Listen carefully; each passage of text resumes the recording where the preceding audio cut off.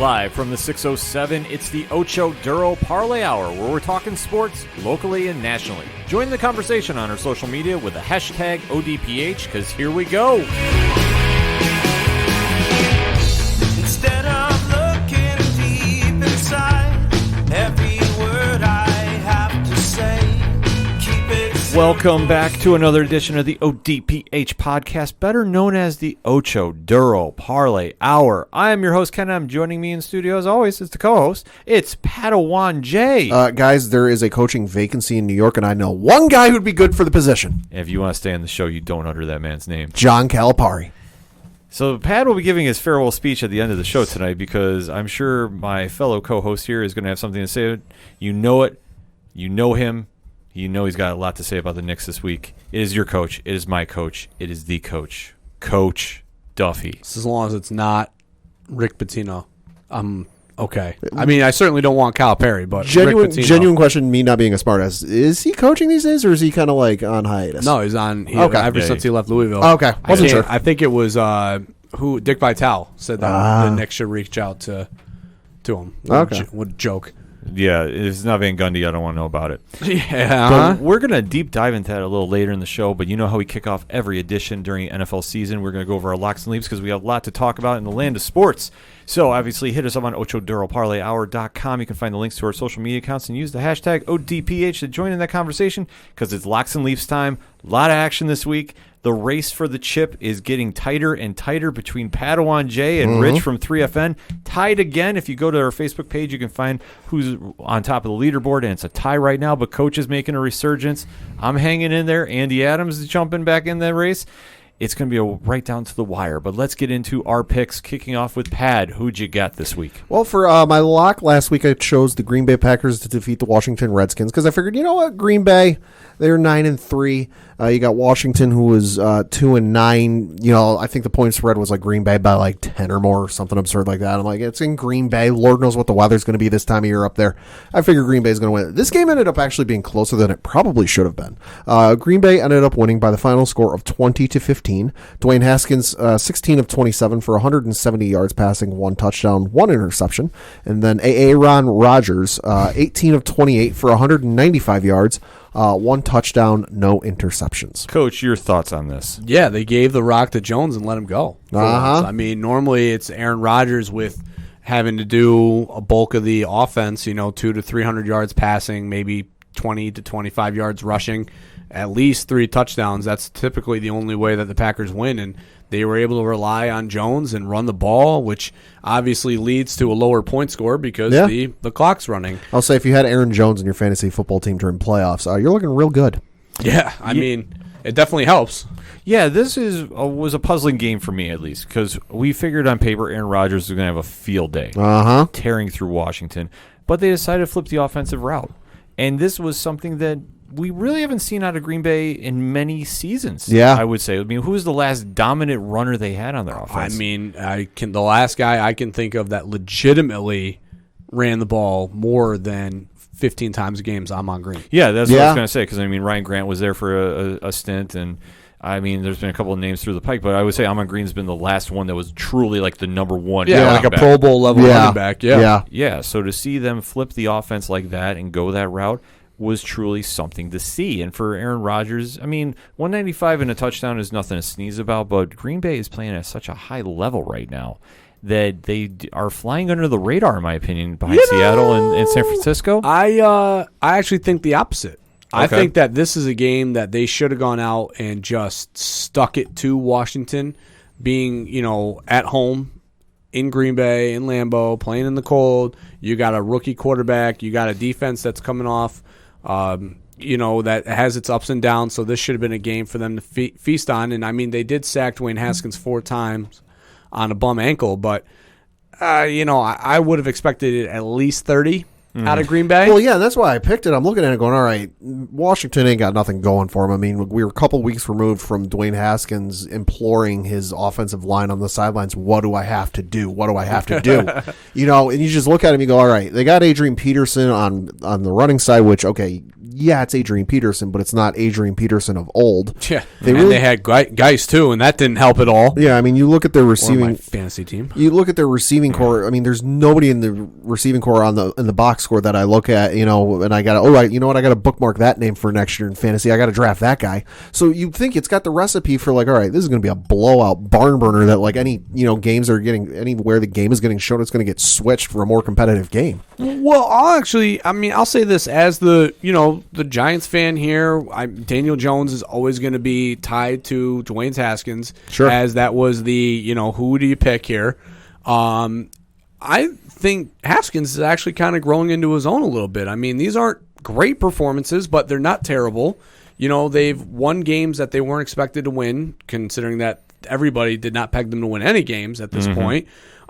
He's performing well. He's hurt right now with this ankle that's slowing him down. Their offensive line is, for as much as I complain about the Giants, this offensive line is bad. It's atrocious. Yeah. It's real bad. Yeah. And they're still able to run the ball, which is impressive. But, I've always heard, from NFL guys that running the ball is the one way to get your offensive line into the game because it's just mindless blocking. It's just plug and play.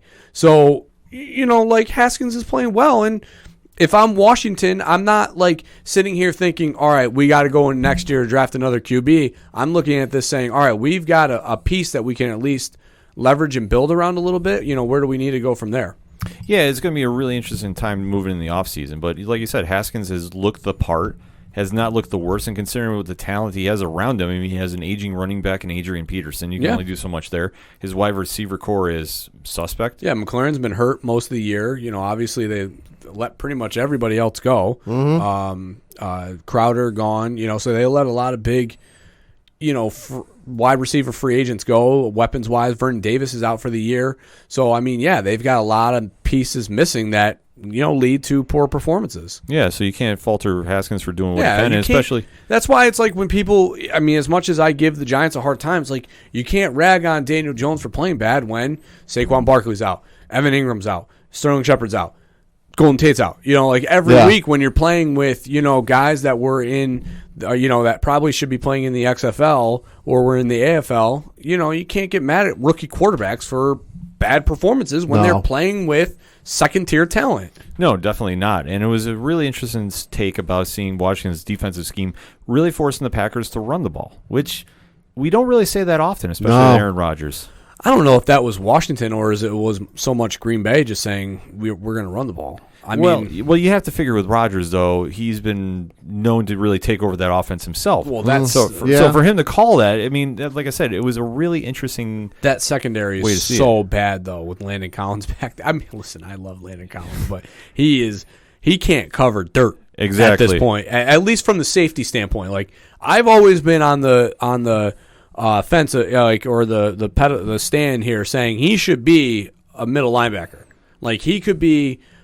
Just a hybrid Adam Archuleta comes to mind. A guy who transitioned from safety to linebacker late in his career. That's what Landon Collins should be doing right now because I think he's physical enough to mix in the box, but not quick enough to cover these guys in space. Definitely not quick enough. The only thing I can think of with maybe why Green Bay flipped the script a little bit from what we'd expect from him is, you look at Aaron Jones' stats, 16 carries, 134 yards, 1 touchdown, averaged 8.4 yards per carry. The only thing I can think is maybe they went in there with, all right, we're going to have a balanced, offensive game, leaning pass a little more, but then they just started handing Aaron Jones the ball a few times and they go, you know what? Let's just run the ball until they can stop us. And it's a smart move they did. It was really smart because, Rodgers, you want to keep him as rested as possible without having him sit any games. And this is the way to do it when your offense is balanced and you have a great game for your running back. And they're absolutely going to need Rodgers because looking at the NFC standings for playoffs, Green Bay is currently the 2nd seed ahead of New Orleans, and that's based on a better win percentage in conference games. But looking at Green Bay's final 3 games of the season, Chicago, Minnesota, and Detroit. Chicago and Minnesota are both in the playoff hunt. Exactly. So they're going to have a tough road ahead. And speaking of Chicago, why don't we jump into your leap pad? Yep. For my leap, I decided to take the Chicago Bears to defeat the Dallas Cowboys at home. I could not figure out for the life of me why Dallas was favored in this game because, hey, they lost to New England. They lost to Buffalo on Thanksgiving in back-to-back weeks. Why in the world are they favored? And sure enough, I was right. Chicago winning by the final score of 31-24. Dak Prescott, 27 of 49 for 334 yards, 1 touchdown, 0 interceptions. Mitchell Trubisky, 23 of 31 for 244 yards, 3 touchdowns, 1 interception. Coach, how about them Cowboys? How about that Mitch Trubisky, huh? I mean, a little bit of a resurgence here. I mean, they're starting to... I don't know if they're figuring out what they need to do with him or if finally just everybody's woken up from whatever hibernation they were in, because the offense is playing well. And it's definitely not, slowing them up like it was early part of the year. The only problem is this is a little problem of too little too late. Because, I mean, at this point, there was games that they definitely should have won early on in the year that I think at one point, they were like 3-6. Yep. So I mean that to come back from that, so there's games that definitely got away from them, and now you talk about losing Raekwon Smith for the year with that torn pec. Huge blow because he was playing better than Khalil Mack was. Yeah. So now you're talking about arguably your second best defender, out for the rest of the year. That's not going to help as you're trying to make a push for the playoffs. I see, and I realize they're making a push for the playoffs, and they have to win out to make it to the playoffs because, like I said, they're currently in the 8th seed, so they need to win out. I don't see it happening because, like I mentioned, they play Green Bay next week. Then they have Kansas City and Minnesota to close out the year. Trubisky has finally shown some life to his offense, but there's no chance he's going to run the table. No, not a chance. The air of positivity in here right now. Yeah. Huh? Not a believer, huh? No, I mean, I'm deflating that balloon right now. Any other lineup of 3 games they might have had a shot, but going up against Green Bay, Minnesota, and Kansas City in the final 3 weeks, no. I mean, just they shot themselves in the foot with 3-6. So yeah. I mean, even if they run the table, that's still questionable to even get in. Trubisky should be playing for Atlanta. That's how much I feel about his inconsistency. Yeah, I'm going to go with a hot take with that one. But it just goes to show, like you touched upon, they lost a lot of games early that they should have won. Yeah. And they would have been in a lot better position for where they are right now because they need a lot of luck if they want to even talk playoffs.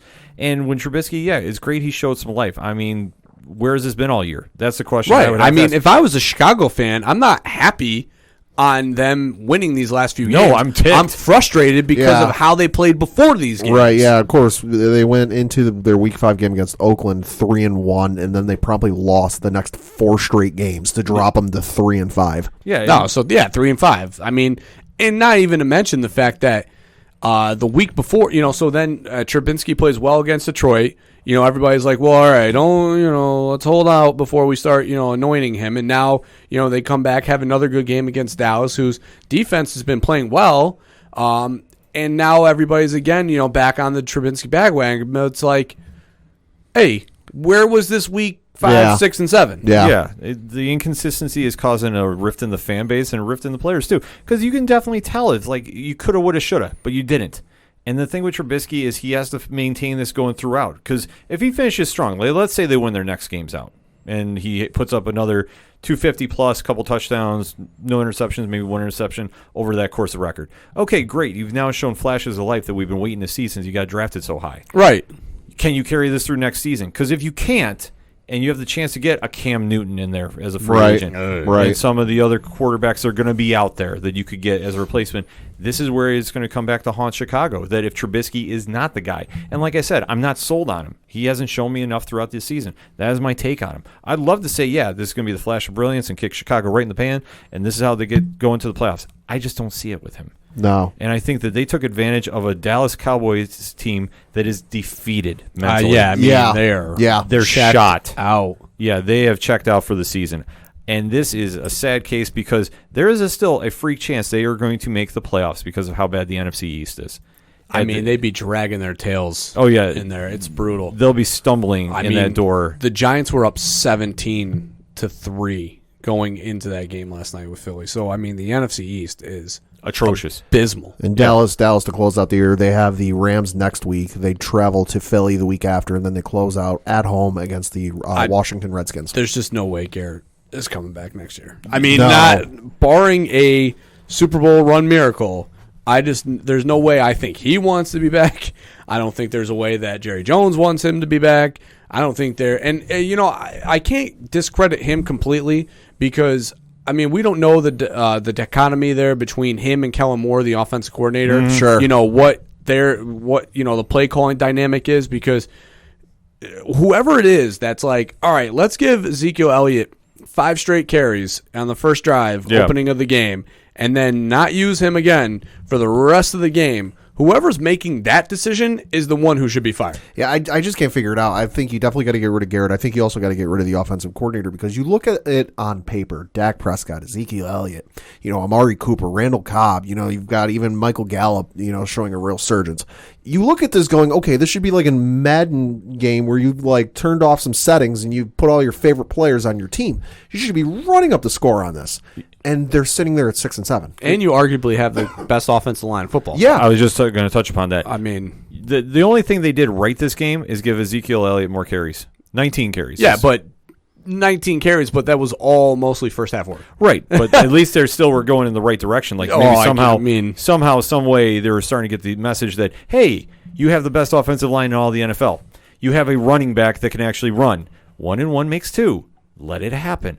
But he might have had 19 carries, but now this is his fifth game this year with under 100 yards. Oh, exactly, because they stopped going. But Pat touched upon it right on the top of the tip, that whoever's making the play calls to stop giving him the ball is what's costing your team. Yeah. And that is where your big focal and that's point what I'm is. saying. I don't know if it's Kellen Moore who's actually, because in the NFL, you've got your head coach and you've got your offensive coordinator. Mm-hmm. Typically, when a head coach is an offensive guy, he is usually a lot more, he leans more to the offensive side of the ball when it comes to play calling and stuff. So he might be, he's seeing the call sheet and he's seeing the calls. And sometimes, the offensive coordinator doesn't actually make the calls. They just set up the schemes and set up the practice plans and everything. And then the coach makes the calls in the game. Now, from what I heard on Thanksgiving Day, that Kellen Moore is the one that's handling all the play calling duty. I mean, if I'm Jason Garrett, I'm hearing some of these straight passes. 49 passing attempts. And I'm saying, hey, we got to get Zeke the ball. We got to get 2-1 the ball here. The only thing that I think is going on is I think they're really trying to appease Dak into coming back and saying, hey, how much of a focal point you are to this offense, which is stupid. Well, they're hurting their own case by saying he's not shouldn't be the highest paid player. Yeah. They're literally saying, okay, hey, go out and throw 49 times. And for him, he's like, well, okay, if I'm going to throw 49 times, pay me like I'm throwing 49 times. Exactly. And that's why I think they're shooting themselves in the foot because they want to appease him because it's a contract year, but you're doing too much and you're filling too much in his head. Right. That this is going to cause a problem in the offseason because there's only so much money to go around for all the players that you need to re-sign. You could have literally cut his legs out from under him in the negotiation table by saying, okay, Zeke's going to get 20 to 30 touches a game, period. And only had, depending on game, obviously, if you're down 40-0, you can't run the ball the rest of the game. But depending on game situations, Zeke should have been the primary ball handler. Mm-hmm. And then from there, when you went to the negotiation table, and he's saying, yeah, give me $29 million, you could have said, we gave that money to the running back who's our primary ball carrier. We'll give you X amount, and if you want to walk, because we don't need you. Our primary ball handler's in the backfield already. Well, and if you really want to appease a guy and have him come back, to me, stats are great and all, but I would rather have a winning record, go into the playoffs, and make a playoff run, rather than say, oh, hey, I threw the ball 500 times and for 5,000 yards, but I didn't make the playoffs. I agree with you, and that's what they should have done, but they didn't. And that's typically not how Dallas does their business. That's the Jerry Jones way. So now it's going to come back to haunt them. And like I say, this is a bad loss for Dallas because they could have wound up being 7-6 and actually a winning record in the NFC East. Correction, a positive win for the Giants. Let's say happy here. This is a good win for the Giants by a Dallas loss because that is one step further to Garrett getting fired and one step closer to being the Giants head coach. Because I'll tell you what, if you're not happy with averaging about a 10-6 record, 9-7 record, and being 1-2 in the race in the NFC title game for the last, he's been there 10 years? At least. And had one losing record in 10 years? Thank you. I'll accept your trash as another man's treasure. Hey, well, that's the only thing the Giants fans can really look forward to this season. For real. Listen, if you're not happy with the fact that your team is in the division race, meaning that you're going to get in the playoffs every year, if you're not happy with that, and you no, we're not going to accept it. A good comparison would be Notre Dame fans. These idiots that call for Brian Kelly's job because they go 10-2 on a year. Yeah. Meanwhile, you're playing you got these games lined up. Brian, the last time that Notre Dame had this many wins in 10 years was Lou Holtz, almost 20 years ago. So here comes a guy winning. So be satisfied with what you have. All right, yeah, it's not the championships and the parades and everything, but you went from Anthony Carter as your quarterback and Wade Phillips as a head coach and going 4-12 and finishing in the last place running the triple option before that was back in the NFL looking like garbage to now being one of the elite teams in the NFC East. Be happy with what you have. But that's not the Dallas way. No, I know it's not. Yeah. It's not these, it's not these idiot Notre Dame fans either. You listen, sometimes, and I'm not saying I'm accepting mediocrity, but getting your foot in the playoff door is sometimes all you need to make a run. Yeah. A spark has to start somewhere. And if you're not happy with 10-6, the ultimatum, the opposite of that is, okay, you've got a team that goes 500 one year, but then 14-2 the next year, and then you don't hear from them again. So you make one Super Bowl run and you're satisfied with that? No, you want consistency. Yeah, that's all you can ask for your sports teams. Right. And sometimes you get it and sometimes you don't. But looking at Dallas and Chicago, both of them are inconsistent on multiple levels. And this is why they're going to be outside looking in. They're not going to go near the playoffs. No. Unlike coaches Locke, but however, they took a bad loss this week. I have it here, embarrassing bad loss in caps. Yes. I picked the Texans playing at Denver. They were in Houston. Oh, even worse. Yeah. So in Houston, go ahead, Pat. Denver ended up winning the game by the final score of 38-24. Drew Lock, 22 of 27 for 309 yards, 3 touchdowns, 1 interception. Deshaun Watson, 28 of 50 for 292 yards, 1 touchdown, 2 interceptions. So just side note, Drew Lock averaged 11.4 yards per pass.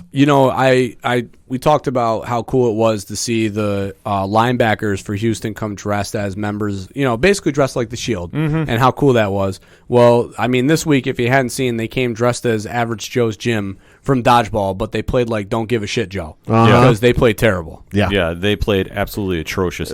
Bad loss. 31-3 Real at bad, halftime. Especially after that great win. I mean, so obviously they must have been spent from that game against New England. I should have, hindsight being 2020 or whatever that saying is, I probably should. Right. Yeah, all right. I should have looked back and been like, all right, this is a little bit of a trap game. They just came off this big win against New England. They're going to be riding all highs. They're probably not even going to pay no mind to Denver coming in with a rookie quarterback, and boom, they surprised. They caught him with they caught him like a UFC fighter, in a submission, and then they just strangled him. Yeah, to only put up 3 points in the entire first half with that offense, and yet you made Drew Lock look like the next coming of Elway. Oh yeah, against you. I want to thank. I know that Deshaun Watson cares about my fantasy team, and I would like to say thank you for that dud of a performance that you put, because I sit Drew Brees on my bench against the 49ers defense because I was like, hey, Drew Brees is good. I mean, that's a tough game. The 49ers defense is really good. Houston at home coming off a win. Oh, man, here he goes. Deshaun Watson, watch this man. Mama, there goes that man. I thought he was going to run the table, and he puts up a dud. Yeah, and this really hurts the Texans because, yes, as we record, they are currently the 4th seed in the AFC playoff race, but the only thing saving them from dropping to maybe about 7th, and that's where the Tennessee Titans currently sit, is because they have the Houston Texans have a better divisional record than the Tennessee Titans. The Texans have 3-1, Titans are 2-2. Yeah, but they're coming on right now. Yeah, and that's the thing. Houston, to close out the year, they've got Tennessee next week, Tampa Bay the week after, and then Tennessee to close out the year. You got to face Tennessee twice. That's a tough battle. And a Tennessee team that has rallied behind Tannehill and gotten the message of run, play action, pass, run. So Vrabel's got them going right now. Yeah, Vrabel has done an amazing job. And talk about teams that fly under the radar. Tennessee is one because you don't see a flashy stat line. No, not at all. Other than Derrick Henry. They're going in and just pummeling you. Yeah. They are literally saying, hey, here's Derrick Henry. You're going to have to look at him 30 times going downhill on you. Stop him. Exactly. Okay, you did? Here comes play action. Boom. And this is where Houston is really going to find out what kind of team they have. Yeah. Because to lose this badly to a Denver team that, let's face it, They're not that great. should not have even came close to putting 20 points up on the board To have with 38. a rookie quarterback that is facing one of the better defenses in all the league. The team that stood up to Tom Brady. Yeah, the defense that just spanked Tom Brady. Yeah. I mean, they're the ones who came up with this new game plan now of double teaming and putting a safety over the top of Edelman. Now, I know teams have done it before, but they were the ones who did it real prevalent to the point that New England had to adjust their offensive game plan by putting Edelman on the outside and motioning him into the slot so the safety was caught up in coverage. Yeah. That's that Houston team that had that scheme. Yeah, this one was still trying to check out Halloween costumes or for cosplay because they obviously did not show up. No, And not for, at all. And for them to have this bad of a loss to face going in and facing Tennessee, I'm not saying they're going to be slipping, but don't doubt Tennessee if they decide to rally No. to take over that division. Yeah, no. Bill O'Brien down there in Houston's got to do something to like refocus them. I don't know what it is. I'm not a head coach. I've never coached an NFL team. I've never coached a Pee Wee football team. He's got to do something to get their focus back and like, hey, listen, you guys don't get this together. You're going to be playing golf while your friends are out there playing in the playoffs. I mean, for me, you got to go in the locker room. You just got to say, all right, yeah, that was wake up call. Yeah. That was, you guys thought you were hot shit beating New England, and then, you wrote yourself to the Super Bowl. Well, guess what? A rookie quarterback just came in and spanked you. Yeah. And listen, you can't put it on the game plan because at the end of the day, they hung 38 on you. Exactly. You need to come out next week in a division game, and you need to step up. And that's what I would say to them in the locker room. Yeah. You beat New England, and yet the team came in and hung 31 on you in the first half. Right, that's what I'm saying. And all you could manage was 3 points. Exactly. But let's air positive. Drew Lock looked great. Yeah? Oh yeah, for Denver, you have to be happy thus far with what you've seen. Yeah. Because That's 2 straight wins. the kid's looking the role. Him and Noah Fant is a nasty 1-2 combo Yeah. right there. So is it too early to start like chiseling out his Hall of Fame plaque? It should be, but for Denver, you at least have to look at this as promise. He could probably wear 7.5. 7 1/8. Maybe because I mean, they were high on him. Obviously, the players were high on him. And, unfortunately, he was hurt most of the year. I'm not saying maybe he would have, they would have won 10 games They with wouldn't him. they wouldn't have made playoffs But, this year with him. mean, they definitely, you can see that there's a little bit of mojo. There's a little bit of energy, He's got something. Well, they need something, and almost in a lesser sense. And just hear me out when I say this.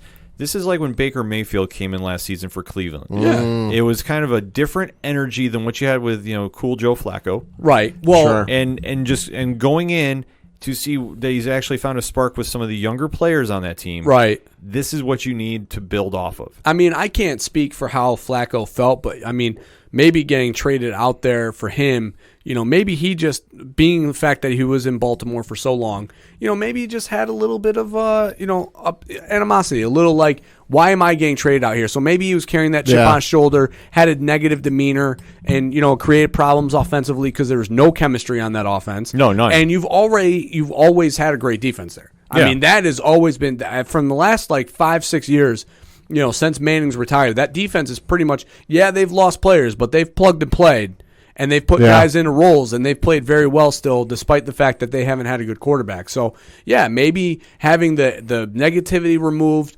Flacco being put on IR for the rest of the year and out of the way, Drew Lock coming in, rookie, big eyes, wide eyes, happy to be here, thanks for having me, and going out and playing that way, sparked some happiness. It's what they need to do out in Denver because it's been real bleak this season. Uh-huh. So if you have some parts to build off of, and if this is going to be your next franchise guy, congratulations. Yeah. Statement win against one of the better teams in the AFC. Flip the coin on Houston to make a run in the playoffs and do a dud performance like you did. Yeah. You'll be one and done.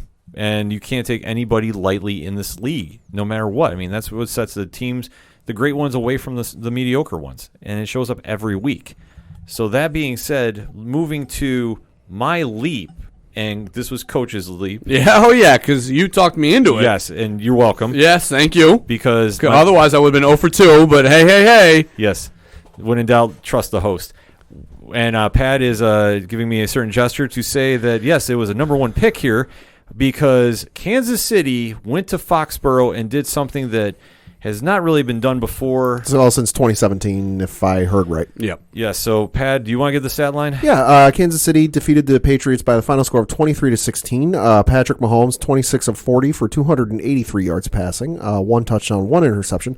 Tom Brady, 19 of 36 for 169 yards passing, 1 touchdown, 1 interception. Coach, your thoughts? Well, first, I'm going to defer to Pat. This is a safe place here. If you want to vent about how the refs screwed over New England, because so many times we have to deal with New England and the refs screwing over other teams. So, Pat, this is a safe place. Go ahead, air your grievances. As much as the refs might have screwed over the Patriots, I will say this. Somebody other than Julian Edelman has to make a fucking catch. Woof. Looking at the stats, Julian Edelman, 8 catches. Great. That's Julian Edelman, normal stats. Jacoby Myers, 1 catch. James White, 5 catches. Matt Lacoste, 2 catches. Mohamed Sanu Sr., 1 catch. N'Keal Henry, 1 catch. Ben Watson, 1 catch. Sonny Michel, 1 catch. Rex Burkhead, no catches, 1 target. Philip Dorsett, no catches, 2 targets. Someone other than the Super Bowl MVP has to get open and make a fucking catch. Oof.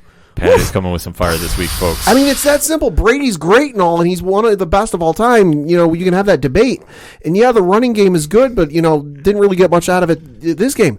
But somebody other than Edelman has to run and lay his body on the line to get open. Is this what I sound like when I talk about the Giants? Yes, this is. There goes this man here. Oh, my God. You open Pandora's box. Yeah, you just go, man. You don't even realize it. Now, I realize that, okay, Brady, the thing I've been reading some reports. He's been involved in more meetings and such with the receiving corps because his limited practice schedule the last couple of weeks because of injuries or what have you have really limited from getting on connection with his receivers. You got to do something. Jesus Christ, if you got to take him out to Longhorn Steakhouse or Dave & Buster's, for a bonding session, do something. Hey. Dave & Buster's is Buffalo's trick. Man, sounds delicious. Yeah, Dave & Buster's is all Buffalo Bills Mafia. I'm saying, though, if you got to take him like Dave & Buster's for some food and then some video games, like just to have some fun. How about just get him in front of the jug? Because they can't catch shit. Yeah, well, that's the thing about the Patriots are just not looking like the Patriots of old on offense. And this is not a slight because, trust me, as a Bills fan, yeah, you lost, but you know what? Somebody's got to make a catch. Yeah, but this is also going on. Your wide receiver core is in shambles right now. I think here's my biggest thing, and I think this is funny as an outside member. Remember all those times when they wouldn't have Deion Branch was their number 1 wide receiver, or they had this guy, that guy, but they never had a number 1. Then Randy Moss came in that year. They had a clear cut number 1. Great run. Undefeated the Super Bowl and whatever. But now, they're back to that old mentality of not having a number 1 wide receiver, and they had won games last year without one. But they always had Gronk. Yeah, well, that's the thing. They always had Gronk. They always had Gronk, or they always had somebody, might have been like a second-tier name that, like, in the receiving core that, like, okay, Gronk's not Gronk because Gronk was hurt for more times than he actually played on the field. Right. It feels like, and yeah, you got Edelman, but yeah, always had somebody else that was out there, that could get open or maybe made a clutch catch. And I'm just looking. Okay, you brought in Mohamed Sanu Sr., which he's not really doing much now. Admittedly, he was hurt at least 2 weeks. I know there was one he was out at least 2 weeks. N'Keal Harry, is their rookie quarterback or receiver they just drafted. He was out more than half the year, so you really can't get much. But the rest of the guys, I'm looking at them going, you're not stepping up. I'll say right now, and the rumors, if they are true, the only man to save you and the only man to save himself by going to New England is Odell Beckham Jr. Well, you can't get him now. I know you can't get him now. I'm saying, though, the rumors are that he is trying to work his way to New England. That is why he is creating all this stuff, because he wants to be the guy, the number 1 guy, the not 1A, the not 1B. He wants to be one with a thing next. Yeah, he wants to be the one with an asterisk next to it. Well, to that I would say, though, we tried that this year in Antonio Brown. Right. Well, this is the difference. Different scenario, different situations. I realize that, but you still have two big name receivers with a lot of baggage and a bit of a diva status. I'm sorry, the man got in a fight with a punting net. I don't know if it would work. Belichick with Odell Beckham would be possibly the most scary and dangerous thing I think football has seen in the last 10 years. Because there's one thing about Odell Beckham, and he respects authority. Because when Tom Coughlin was with him that 1 year, none of this antics bullshit was going on. None of these things were going on with Odell. The moment they fired him and McAdoo came in, that's when it was the peeing on the field goal, smacking the punting tent. He lost all sorts of control. You put this man in a position with a man who is an authoritative, powerful winner that demands respects, not just asks for it, but demands it the way that Bill Belichick does. You will see a resurgence in Odell Beckham, because right now Kitchens doesn't do that. No. Freddie Kitchens is the soft, I want to be cool and hip guy. So that's why these guys in Cleveland right now are walking all over him. You put him there, and you will see old LSU Odell Beckham.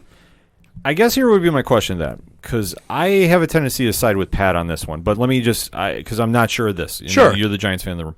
When Coughlin was there, wasn't that his rookie year? It was, well, he was there as rookie and his sophomore year. Okay, so he was there for 2 years. He was there for 2 years, because then McAdoo was in last year, and then Schumer was in for I'm right. So Coughlin was there for 2. Yeah, I'm trusting you on this. Yeah, Coughlin was there for 2. McAdoo was there for 2, and then Schumer was there for 1, because he was on his last year of that rookie deal going into this year when they re-signed him. See, I would say this. It's nice to think that on paper, because the Patriot way has usually, I don't want to say humbled, but it's really influenced diva receivers. We saw this with Randy Moss. Right, and Gronk. Well, Gronk was never really a diva, right, per se. But he has all this other, the partier, the going out. Right, but he was always a different cat when he suited up. Sure. That's the difference. For Odell, over the past few years, my only question would be, is he too far gone from the Odell when he first came? That would be my only question, because when he left New York, it was all about him, and like you touched upon, right? All the antics that came with him, the boat incident. Yep. And now he's in Cleveland, where his ego has now, really become a distraction per se. The watch, the visor, right. the shoes. So is he too far gone to come back and refocus? The other thing, his love of Tom Brady, which is well documented. Oh yeah. Well, so I listen. I really, I mean, this is all speculative. Like, this has to happen. But I really think, and I hope for him, because I liked Odell. I mean, when the Giants drafted him, I didn't know much about him because I hadn't seen LSU play much. So I was like, God, a wide receiver at 13. Like, what the hell are the Giants doing? But then, obviously, after watching him play, I mean, you think about him and Tom Brady together with whoever they have on, and him and Edelman. Oh, forget it. Well, you would think so. And like I said, it's not out of the realm of possibility. It just depends on what Odell you get at this stage. Right. That is the big X factor in the room. If he can keep his ego in check, great. You know what? Then it's a truly scary sight to be seeing him in Patriots uniforms. Sure. I'll be the first one to tell you that. Would give me nightmares. Yeah. But it all depends if he's too far gone. Because sometimes when your star is bigger than the team, it's tough to reel you back in. Yeah. Antonio Brown is another example. My thing with Antonio Brown is that the stuff that happened with Antonio was before he was there in New England. Right. Because he, from all sounds of things and, reports, he was doing fine and getting along in New England. He was hanging out with players, doing things, and was fine. Was back to Pittsburgh Antonio Brown. But the problem is the shit that caught up to him while he wasn't New England Antonio Brown got there and met him at the same time, and then that's when things fell apart. Because what Belichick's not going to do is he's not going to answer questions regarding your troubles. Right. Especially when they don't feel like they need you. Now, looking back, probably could have dealt with it. Because it's funny, because the story just came out of that the top 100 players, and LT was on there. Mm-hmm. And Belichick was asked about having to deal with the troubles, and Parcells is the head coach, and they gave a story about how they had a meeting, and LT walked in 15 minutes late, and Parcells he walks up to him, he's like, hey, I'm not going to start LT, Bill, because he was 15 minutes late to the meeting, and Parcells' response was, well, why'd you start the meeting without LT there? So, like, if anybody knows how to deal with that, you had one of the worst outside of football problem players in the history of the NFL, And if Belichick knew how to deal with that and rein that in, you can deal with that. That's the Phil Jackson mantra. That's the whole thing. Oh, no, it's not all the realm of thought. Like I said, it just depends at this stage if he can do it. Now, am I doubting him? No, but it remains to be seen if he's going to buy in, or is he going to be like Chad Johnson and out of the team? Right, and I mean, this is all going down the road. So, yeah, I mean, and it's fun talk. But, I mean, right now, New England is clearly missing a number one piece. It is killing them. Their offensive line is real bad because Spagnuolo dialed up the blitz. Yeah, that's why I think you have to give more credit to Spagnuolo and what he did with the Kansas City defense, because New England allowed 3 sacks. The time of possession was all Kansas City, 34-25, even though Kansas City did do more penalties. Oh, yeah, it was brutal. Oh, it was absolutely brutal. But it was like 100-plus yards. 136. Yeah. But they made enough on that side of the defense to really pressure Brady and get him out of the system, and especially taking advantage of rushing Brady to a wide receiver core that just is not looking great at this time. Because watching the game, because I watched the game, because I it was a great game to watch, and I was following it pretty closely. If they weren't dialing up pretty much zero pressure, zero blitzes, they were double teaming Edelman. Yeah, and it was like every other play, it was boom, boom, boom. And I'll tell you, the coolest thing I saw Edelman do was late in that game on that fourth quarter drive, right to get to the goal line. Yeah. Brady pulled him in because he saw a zero blitz coming, which they already had a safety over the top on him too. So you knew Edelman was going to get double teamed anyway. So they pulled him in to block like a linebacker, and or a tight end. He cut the shit out of some linebacker's knees, and I was like, good for you, Edelman, for sticking your nose, because I mean he came inside and cut. It wasn't even. It was like a 4 technique. So it was a rushing linebacker who was playing defensive end, and he cut his legs right from out from under him. Yeah, no, a great block. It was a great block. You can't take that away from him. But Kansas City came in there and imposed their will. I mean, that's the first time in how many years that has happened. Yeah, that's a big win for Kansas City because there was, obviously they've been fluctuating as far as, standings. I mean, I know that they've got the NFC West pretty much, in a stranglehold right now because Los Angeles is abysmal. Oakland can't get out of their own way. And, Denver obviously has a rookie quarterback. So, I mean, they're almost basically getting in by default. But it's not playing well that's getting them in. Well, Kansas City's actually clinched the division. Yeah. So there you go. Yeah, no, they've got the division. Just looking at their games to close out the season just for where they're going to land in the playoffs, they've got Denver next week, Chicago the week after, and then the Chargers to close out the year. So it's all about where you finish now. Yeah. Exactly. You don't want to be – I would just say personally, I wouldn't want to be the team that's got to go back to New England. No, I think that if they got a chance to get home field, that's why they keep playing. Yeah, you have to. If they have that opportunity, that's where you jump on it. Because unless Baltimore has a really colossal collapse, which I don't see that happening. I don't see that happening. I mean, that team's too versatile. Yeah, especially a great game against Buffalo. Yeah, I have to say the Bills hung in there, but Baltimore. I will say this: Baltimore was having a lot of penalties get called on them that shouldn't have. They got a lot of calls that this is coming from a Bills fan. I thought that they got a lot of calls, especially late, that should not have been called. The Earl Thomas rough personal foul penalty. Oh, yeah. Should 9 penalties for 99 yards. Yeah, that should not have happened. Like I said, that late drive. But Baltimore came in there and did what they did, and they looked like the number 1 seed. So for Kansas City, that's your benchmark now. Right. That's where you have to be. If you have a chance to steal the number 1 from them, then you really play everybody. If not, start watching your injuries, because I know Mahomes was complaining about his hand, and they were running x-rays. Yeah. Oh, okay. So if you have the chance to sit and get him healthy, if he's not 100%, you do that unless you have the chance to get the 1 seed.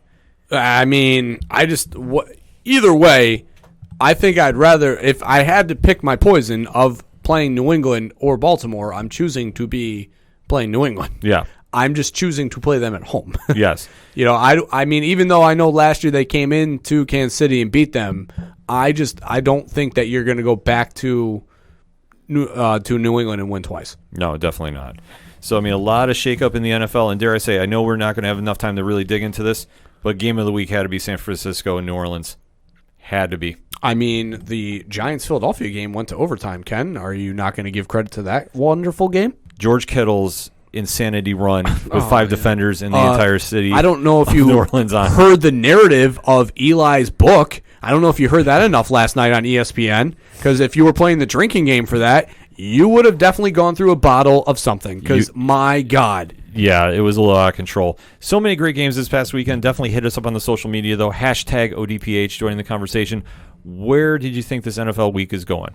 Did you think your team did well? Did you think your team did not? And what is the playoff picture looking like to you? We definitely want to know, so hit us up. We're going to take a quick break. We'll be right back. Greetings and salutations. This is Cage's Kiss, the ultimate Cage cast, where we discuss the movies and life of the national treasure, Nick Cage. There are 3 of us here, and I can't help but notice that none of us are Nicolas Cage. Did nobody call him? What? A Cage cast with no Nick Cage? No, instead of being Nicolas Cage, we're 3 Nicolas Cage experts, which is the next best thing. I don't think we should admit to being experts. Too late. We are not experts at anything. We are not life coaches, and we are not in any way, shape, or form qualified to give you suggestions on life choices. But Nick Cage is, and he's made hundreds of life choices. Seriously, I cannot stress enough just how much you should not take our advice. But we're experts. No, seriously, we're not experts. Yes, but we will be reviewing his first acting gig as Nicholas Coppola, Best of Times, which features a young and very precious Crispin Glover. And his work in Fast Times at Ridgemont High. And his work in My Nightmares. We're experts. Hey, this is Brian Wolf from Fair City Fire. You are listening to ODPH, the greatest podcast in Binghamton. Woo!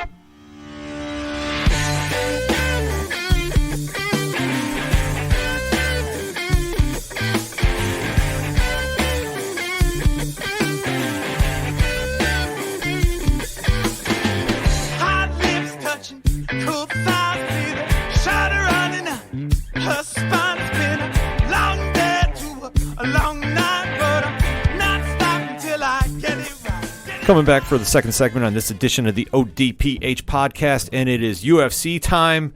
Dare I say, is this the card of 2019? So far, I mean, you've got Frankie Edgar stepping in to fight Korean Zombie next week. So that might be. Well, that's next week, and Whoa. yeah, that fight is going to be definitely something to watch. I am super excited. It stinks that Brian Ortega got injured, Yeah. and that is the reason why. Except he was going to try fighting on, I think it was a partially torn ACL or something. That would not surprise me. No, I'm as bummed as you are that Brian Ortega's not going to be in the fight. But then they said Frankie Edgar stepping in. I'm like, oh, all right, I'm not as bummed now. Yeah, because Frankie was going to drop to bantamweight, Yeah. and now this one's going to be a featherweight. This is going to be such a fun fight. I can't wait for that one. But this week, though, at the T-Mobile Arena, Saturday, December 14th, UFC 245, 3 title fights plus a stacked main card. Yeah. Not even jumping into the prelims, which has Jeff Neal and Mike Perry, which, I mean, that's going to be fireworks. And Matt Brown is returning too, which is out of control. But let's just go over the main card, shall we? Kicking off, Peter Yan is fighting the California Kid, Uriah Faber. Yup. 40 years young. Any thoughts on the panel for this one? I'd never bet against the man who comes into the wonderful song "California Love" by Tupac. Yes, so that would be Mr. Uriah Faber. Coach? I'll never forget that fight in WEC where Faber broke both hands. Yeah. And still was still throwing them. Yeah. I mean, that moment right there would be a mixed martial arts moment that I will never forget in my life. So I always pull for him whenever he's fighting. So, I mean, I'm going to support Uriah Faber on this one. But you can't look past Peter Yan, though. I mean, looking at his record, his professional record in 14 matches, he is 13-1, and he's coming off back-to-back wins, notable wins. Let me correct myself here. In the UFC, he has not lost. He is undefeated in the UFC. He hasn't lost since he was fighting in another federation way back in 2016. But his 2 most recent wins were against John Dodson back in February of this year, and then after that, that was decision, and then he fought Jimmy Rivera to decision and won back in June. Yeah, Yan is a definitely tough opponent, so it's nothing for Faber is going to walk through by any stretch of imagination, especially since this is his second fight since retiring in 2016. Yeah. And it's a different fight game, but when he stepped in there against Ricky Simone and took him out in the first round, I mean, you thought the California Kid is back. Any thoughts of ring rust or octagon rust are thrown out the window there. Right. So, I mean, I don't know if all the time off is the Fountain of Youth is back, but it's great to see him in the cage. It's going to be a fun one to kick off the event on the main stage. So this is going to be one, I'm going to say Faber by decision. Probably. It's going to be a close one, though. And if he can beat Yan, I mean, that's a huge feather in his cap moving up the bantamweight ranks. Mm-hmm. We are also stacked at the bantamweight division going into the next fight. Marlon Morales against Jose Aldo. Jose Aldo. Yes. Jose Aldo stepping down to bantamweight. Yeah. See, I think that's why it shocked me, because that's why I said Jose, because it's Jose, and I am just in shock that he is dropping to 135. Mm-hmm. Coach, do you have any thoughts on this? Well, where does he normally fight at, Ken? 145, and he struggles to make weight there. That's a cut. Yeah. Oh my God. Yeah. I mean, so now you're talking about the opposite end of the spectrum, where we talk about guys moving up and the extra weight making them a little bit sluggish, and in those kind of fights. Now you're talking about a guy who might be completely depleted going into a fight. So now it's the exact opposite. Yeah. I'm saying we should note they have not had weigh-ins for this fight yet, so. No, it is absolutely crazy that he's dropping. I'm sorry. I can't get over the fact that he's doing this, because this is absolutely insanity to me. Aldo should be fighting at 155 if he's still going to be fighting. Mm-hmm. There is no rhyme or reason for him to drop to 135, because that, to me, is just absolutely bonkers. It makes no sense whatsoever. Because for a long stretch of time, he is in the argument. Still to this day, he is in the discussion for greatest featherweight of all time, and the reign of terror he did in that division over the years. I mean, truly, from his WEC days to his UFC run, truly remarkable. He took out a who's who of the division. Yeah, and he has 33 professional matches with a record of 28-5. His first loss was way back for a federation I've never even heard of. It looks like it was called Jungle Fight 5. Yeah, Brazil. Out of Brazil. That was his first loss on November 26th of 2005. His next fight was against a gentleman by the name of Thiago Meller in Gold Fighters Championship 1. That was also in Brazil. That took place on May 20th of 2006. His next loss was against Conor McGregor on December 12th of 2015. Yeah. He went on an 11-year run. Yeah, to just try justifying and explaining the run. I mean, it was almost a 20-fight win streak he went on. And he took on every name that was a name in that weight class. Cub Swanson, Uriah Faber, Frankie Edgar, Chad Mendez. Yeah, to put this in perspective, his fight against Cub Swanson was the first time I'd seen him on WEC. Sure. When it used to be on network. And he gave one of the most devastating flying knees this side of Jorge Masvidal. That he took him out in literally no time, 8 seconds. 8 seconds. You can YouTube that thing all day, and you'll just be in astonishment. And then he got to Uriah Faber and literally gave one of the nastiest leg kicks of all time. And the day after Faber posted the pictures on Instagram, his leg was dark purple. Yeah. I've never seen a leg take a beating that badly. How he was still standing by the time they got to decision was absolutely wild. And that was the first time I believe that the WEC was on pay-per-view. So that's how that fight sticks out. And then they were bought out by the UFC, and that's how Aldo came to be the first UFC featherweight champion, and defeating names like Mark Hominick, who almost pulled that off in Canada when he was fighting up there, because I believe that was the GSP Shields card, if I'm not mistaken. Oh, okay. Had one of the nastiest hematomas I've ever seen on a human being. Oh, you know what? I do remember that, yeah. Yeah, it almost looked like a second head was nasty. coming out That was of him. nasty. And then going on to defeat Kenny Florian, who was making an insane weight cut. Talk about people who made crazy weight cuts. I believe at one point he fought at 185, 170, 155, 145, and then to just put it in perspective. That's nuts. Yeah, that's not healthy. Yeah, no, not at all. That's like Christian Bale. Yeah, Florian was that kind of fighter though, and obviously to give Aldo competition, because at that time 145 didn't have a really good reputation as it does now. But to see the names that he's fought, I mean, Frankie Edgar, he fought the Korean Zombie, even though, and I will debate this, Korean Zombie should have won that fight, but that's where he popped his shoulder out mid-fight. Right. So I will debate that he should have got a rematch against Aldo at some point, but then running through Chad Mendez. And then Conor McGregor came in, and that's where the legacy took off because Conor got that quick knockout in the first. And then Aldo had a nice bounce-back win against Frankie, but then losing to the current king of the featherweights, Max Holloway. Getting really knocked out twice. Yeah, really kind of says, okay, where do you go from here?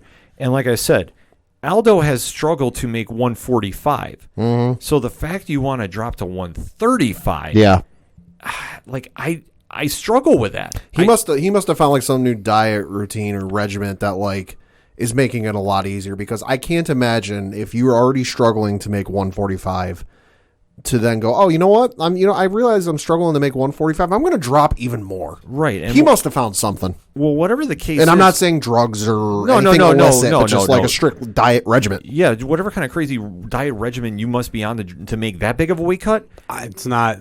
That is when it's calorie restriction to him. Like, so to cut from one, like if he's barely making a cut at 145. Yeah. Right. Then you're now talking the fact that you're probably increasing, the cardio aspect of your workouts to, get the heart rate going.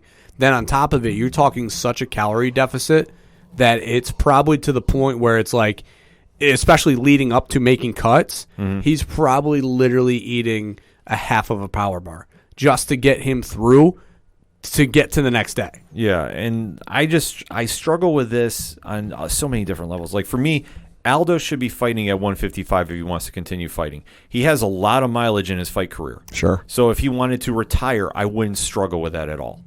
But if he still wants to make it go, 155 would have been great. And then if you want to talk about the money match, how about him against Conor McGregor one more time? Because we never got that rematch. This is true. That would have been box office. But he's going to step down and fight Marlon Morales, who's no joke at bantamweight. No. And I'm telling you what, I'm taking Morales in this one. Yeah, no, nothing against Aldo. The record stands for itself, but I'm with you. I'm going to take Marlon on this one. I mean, his most recent loss was against Henry Cejudo, but before that, he beat John Dodson, Aljamain Sterling, Jimmy Rivera, just to name a few names. Yeah, he is a name in the bantamweight division. I mean, against Cejudo right now, who is on a tear, and is absolutely frightening at 180 or 135 rather. To see Morales get this fight, this is going to be a huge feather in his cap, and if he wants to make a title run, he can definitely do it over Aldo. Aldo is an established name, but this weight cut is going to come back and haunt Aldo, especially if this goes to a third round. You're going to see him struggle because he used to gas out late in title fights when at 145. Yeah. What are you going to do when you're at that lower weight class? Well, I think the difference being with such a substantial cut, like any food he puts in his system after weigh-in might actually help him bounce back. It literally might be. So, I mean, the cut is going to be, the hard part, obviously. Like getting down to 135, that's going to be where it's going to be the struggle. But then when you talk about after the weigh-ins, being able to eat whatever you want because you already made weight, now you're talking about this guy's probably just going to eat a smorgasbord of everything. Like if I was him, I would go directly to a Texas State Brazil or a Fogo de Chao, and I would say, don't stop the food coming here now. Just call room service and say, send me one of everything, and keep sending them until I say so. Yeah. Like I'm saying, bring me the meat because I want protein in me. And then I'm saying, don't stop this bread basket because I'm going to eat them all. Yeah, whatever steakhouse he is at that night. We've seen that that's before. Your pay-per-view right there. We've seen that before, though. The name escapes me, and I know we won't ever remember who it was, but I do remember a fighter that went into weigh-ins, made the weight cut, and then came into fight. And then they were talking about how much weight he swung in a 24-hour period, and we were just going, "Holy crap! He must have eaten everything in existence." Well, Lesnar did that all the time. Notorious for that. Randy Couture and him, when they did that heavyweight fight, he had to cut down. What's the maximum for a heavyweight? I used to 265. 265. He had to cut down to 265, and then they said going into the fight that he was actually weighing 285. Oof. So he barely got to 265. I literally think he was 264 and 0.9 and got there, and then that got everything back in his system and weighed 285. They talk about that with John. Yeah. How John gets down to 205, but really when he gets into the octagon, he's fighting at 225. Yeah, he's an easy 225 fighter. Yeah. It's crazy how they do the weights for the divisions. And like I say, this one, that's my the headline for me is Aldo dropping is just mind-blowing to me. Well, I didn't athletic commissions come in and say, like, there was only a percentage. I know for high school, there's a percentage of your body fat that you're only allowed now to go down to, because obviously they were asking kids who, had no business wrestling at 165 to get down there and wrestle at that. I'm just picking a weight class. Right. No, I got you. They walked around at 185. Their body fat percentage said that they should be around that, 175, but they were asking them to cut down to 165. And athletic commissions, I know New York State did. Yeah. So I don't know if they have control over that, because you almost have to remove the fighter from the situation, because that they're going to want to fight, and if an opportunity is in front of them, they're not going to say no. Right, and that's the thing with being in Nevada for the fight and the T-Mobile. Right, you're right in the home base of the State Athletic Commission, so they're watching everything for this. Right. I guess I'm just looking at this saying you struggle to make 145. Well, you have to take him away from himself. He is his own worst enemy in this, because literally for him, he's sitting here like, there's an opportunity to fight, I'm going to take it. Oh, you need me to cut? I'll cut. Because, he is ultimately a UFC player. A team player guy is what I'm basically trying to say there, because he's done this. He's been in the company for years. That if they say, hey, there's an opportunity to fight, are you interested? Yeah, who's against? Morales. Okay. Oh, I got a cut? Yeah, we need you to get down to 135. He's going to say, oh, I can do it. Well, I'm sure that he's looking at that 145 division. He just lost to Alexander Volkanovski, and he can't beat Max Holloway. He's been knocked out. They've had the fight stoppage twice. Where do you go from here? At this stage, I guess if I was his manager, I'd say take a run at 155.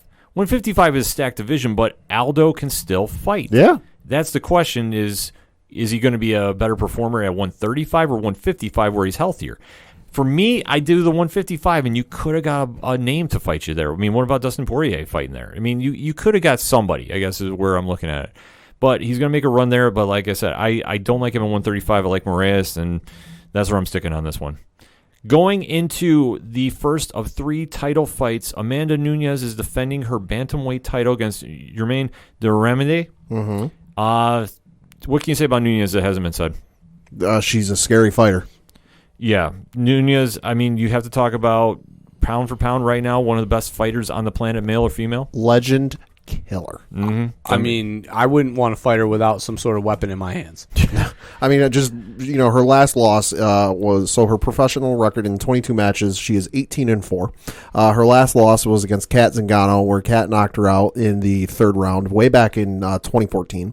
After that, she beat Shayna Baszler. You might have heard of her if you're a WWE fan. Valentina Shevchenko, Miesha Tate, Ronda Rousey, Shevchenko again, Raquel Pennington, Chris Cyborg, and Holly Holm. Yeah, the list goes on and on. Nunes, this should be a walk in the park for her. I think, Randamé does not really impress me as a fighter.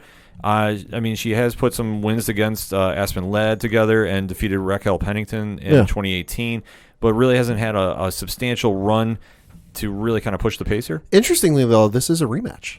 They did first fight way back at UFC for the Fight for the Troops 3, which took place in November of 2013.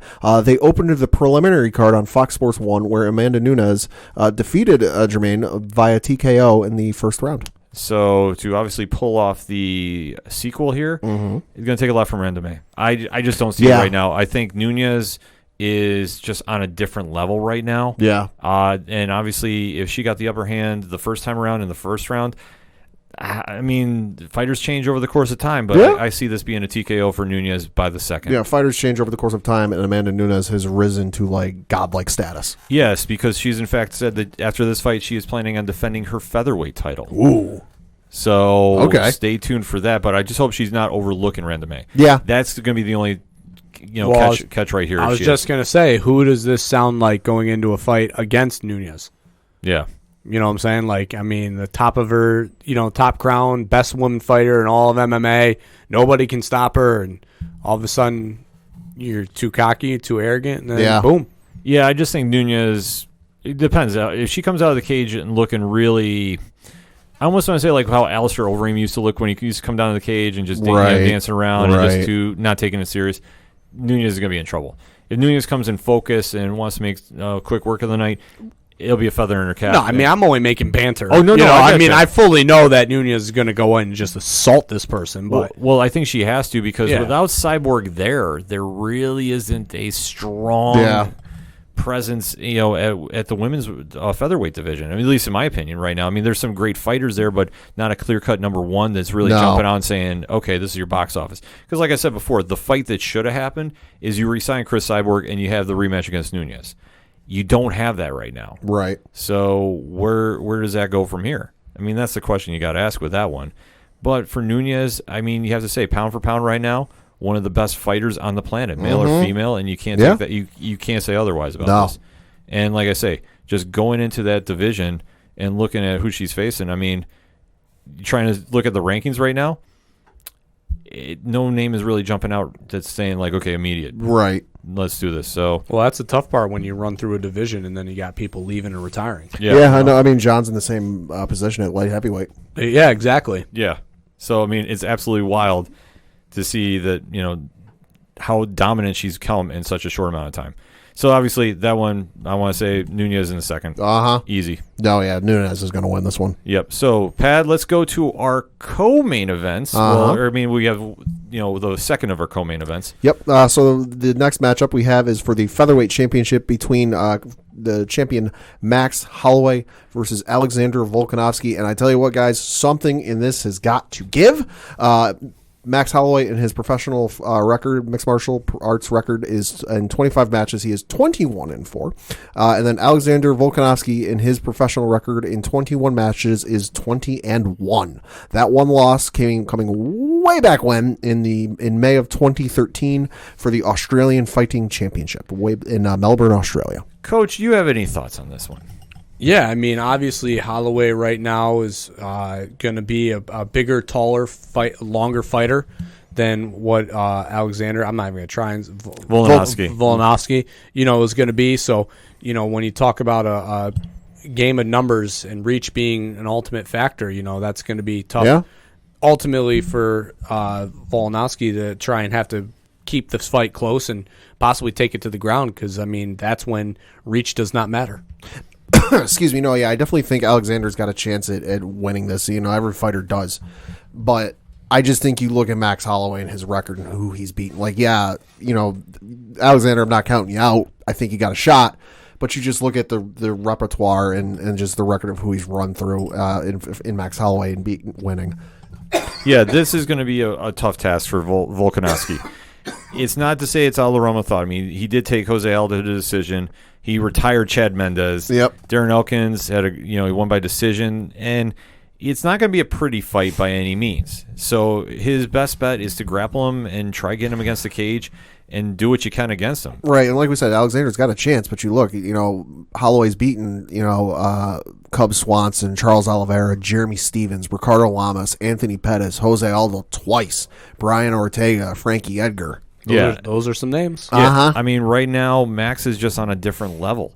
And this is going to be a true challenge for him because, like I said, his only loss recently has been his step up to lightweight. Right. Where he looked like a skinny lightweight, which frightened me a little bit. Scary. Well, I figured that the extra weight would have helped him. Sure. I mean, I know that sometimes he struggles with 145, but he always makes weight. He hasn't missed it.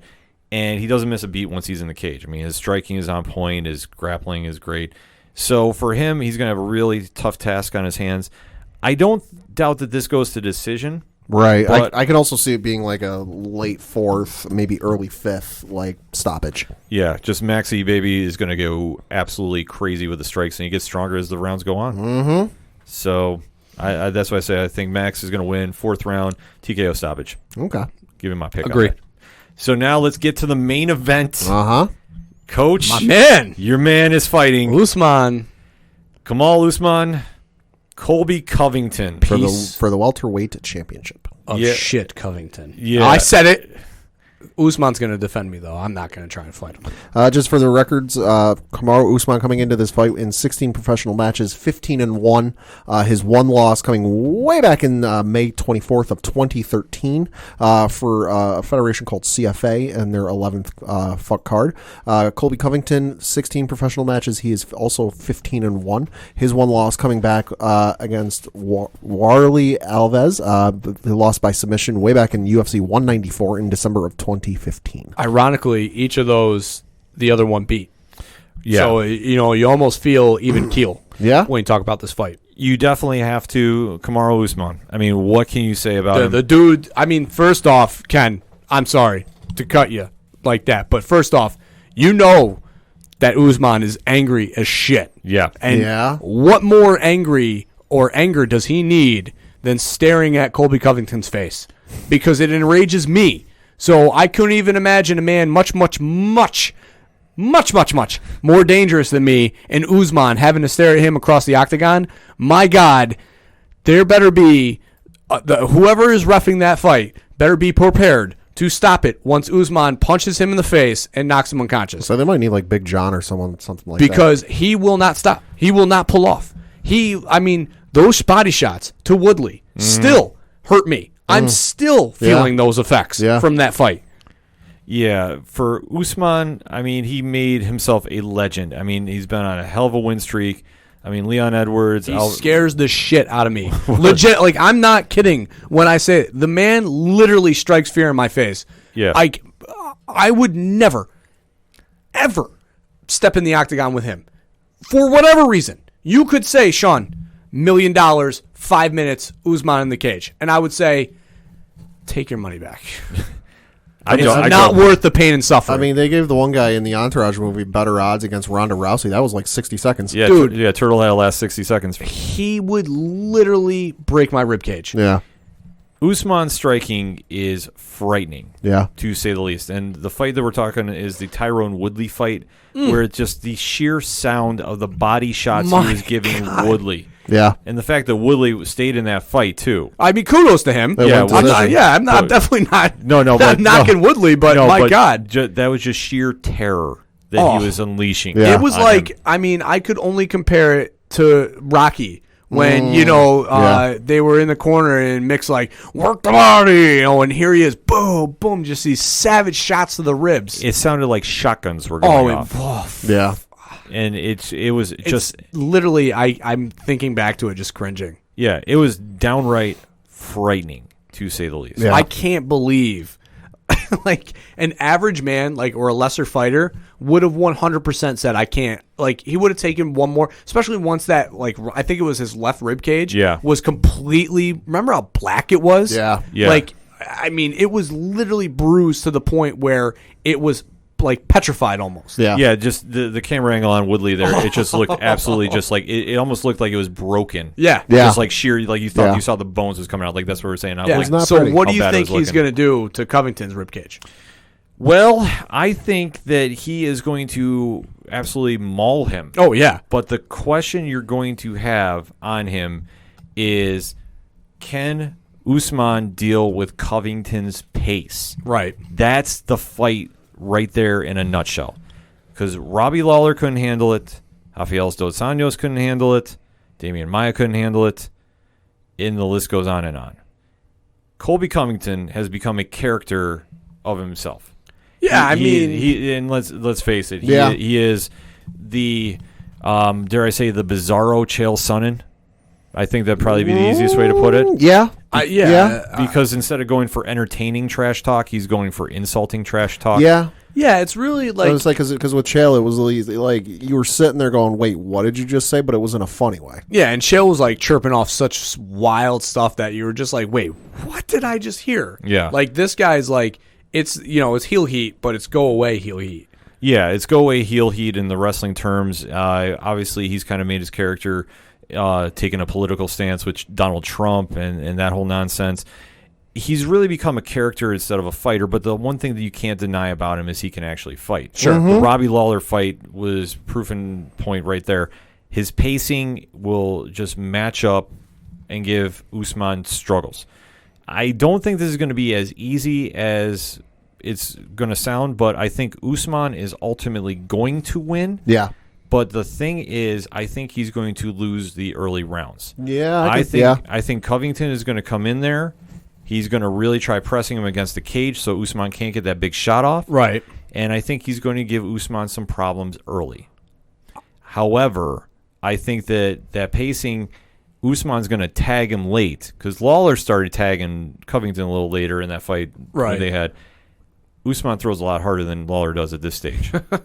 Yeah, you could say that again. So to say that is an understatement. He's really going to be throwing some hands. I think Usman does get the W here. I think it's going to be late.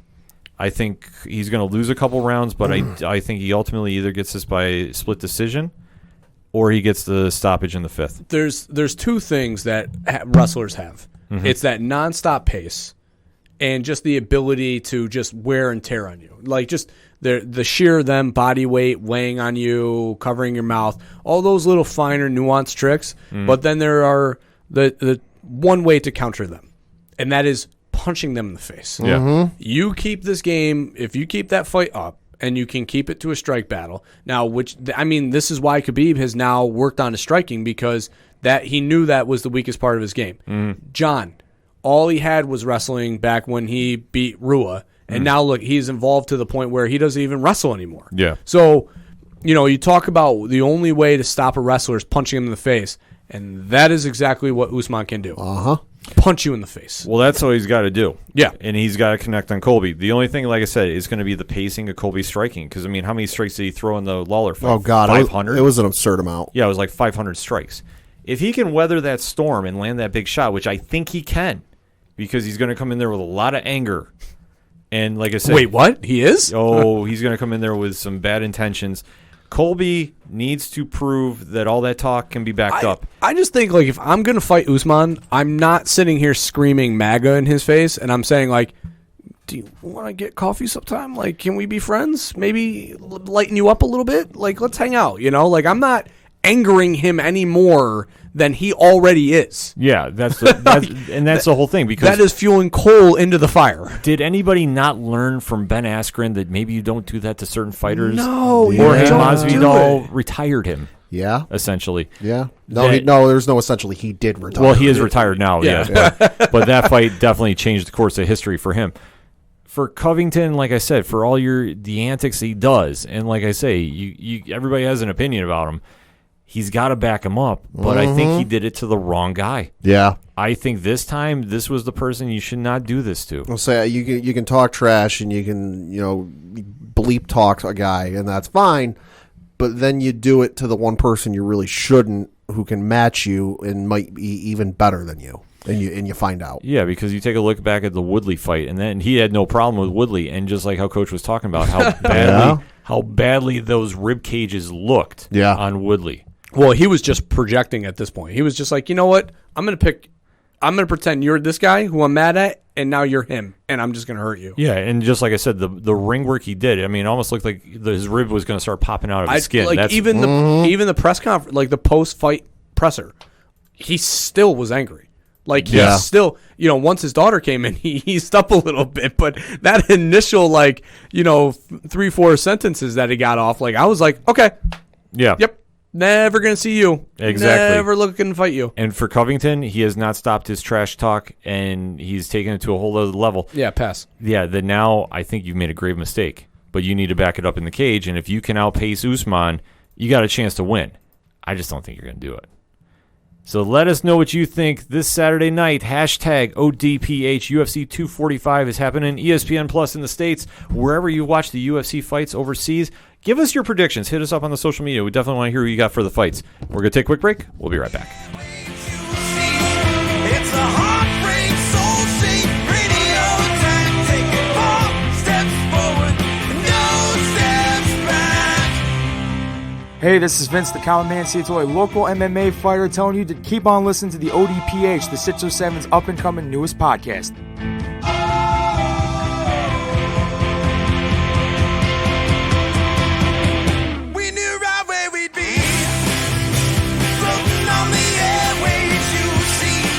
It's a heartbreak, soul-shaped radio attack.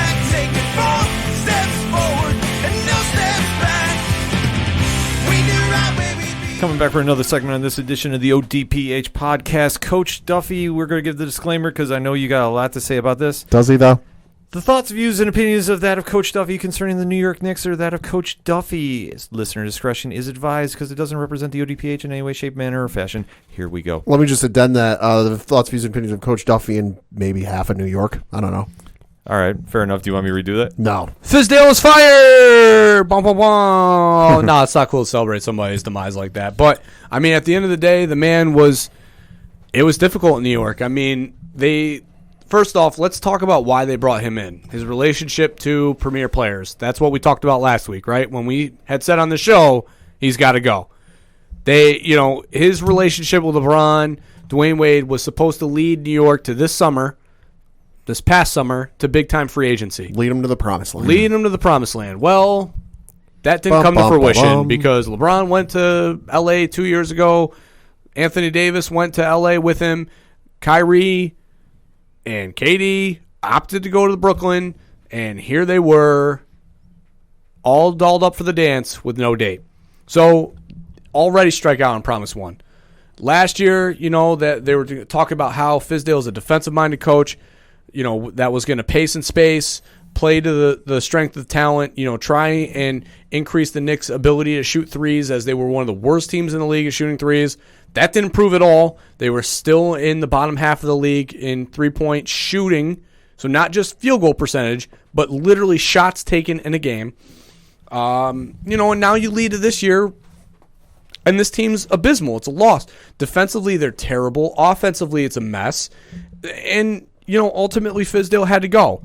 Now, the way that they fired Fizdale, though, I do not agree with. Yeah. Okay. Firing him after he runs a full practice. Ooh. A full team practice. Ooh. And then have a meeting and then fire him. That ain't good. That's not cool. No. Definitely not a good look. I mean, let's say Fizdale was not the guy that we thought he was going to be. No way, shape, or form.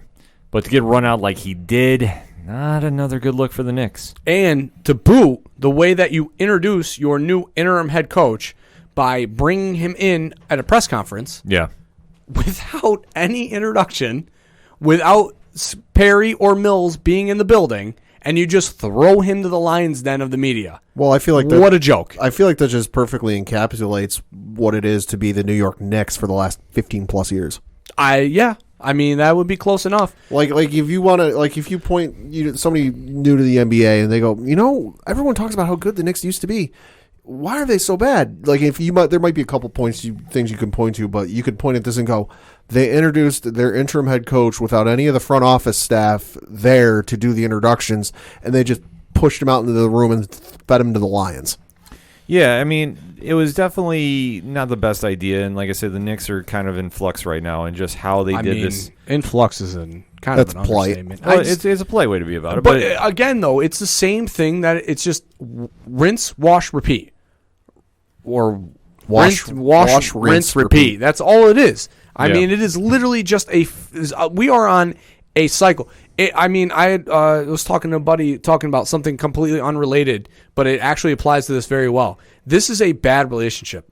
This is like that girl or guy, for anybody out there, that you date, and you know that you two do not mix together, but yet you keep breaking up 2 days later, giving that phone call and saying, I'm sorry for what I did, let's get back together. Or I'm sorry, I forgive you for what you did, I'll take you back. And that's what this is, because at this point, it is a Travis Shea mockery. This, Jerry Jones, everybody else, this is the poorest, worst ran franchise in all of sports.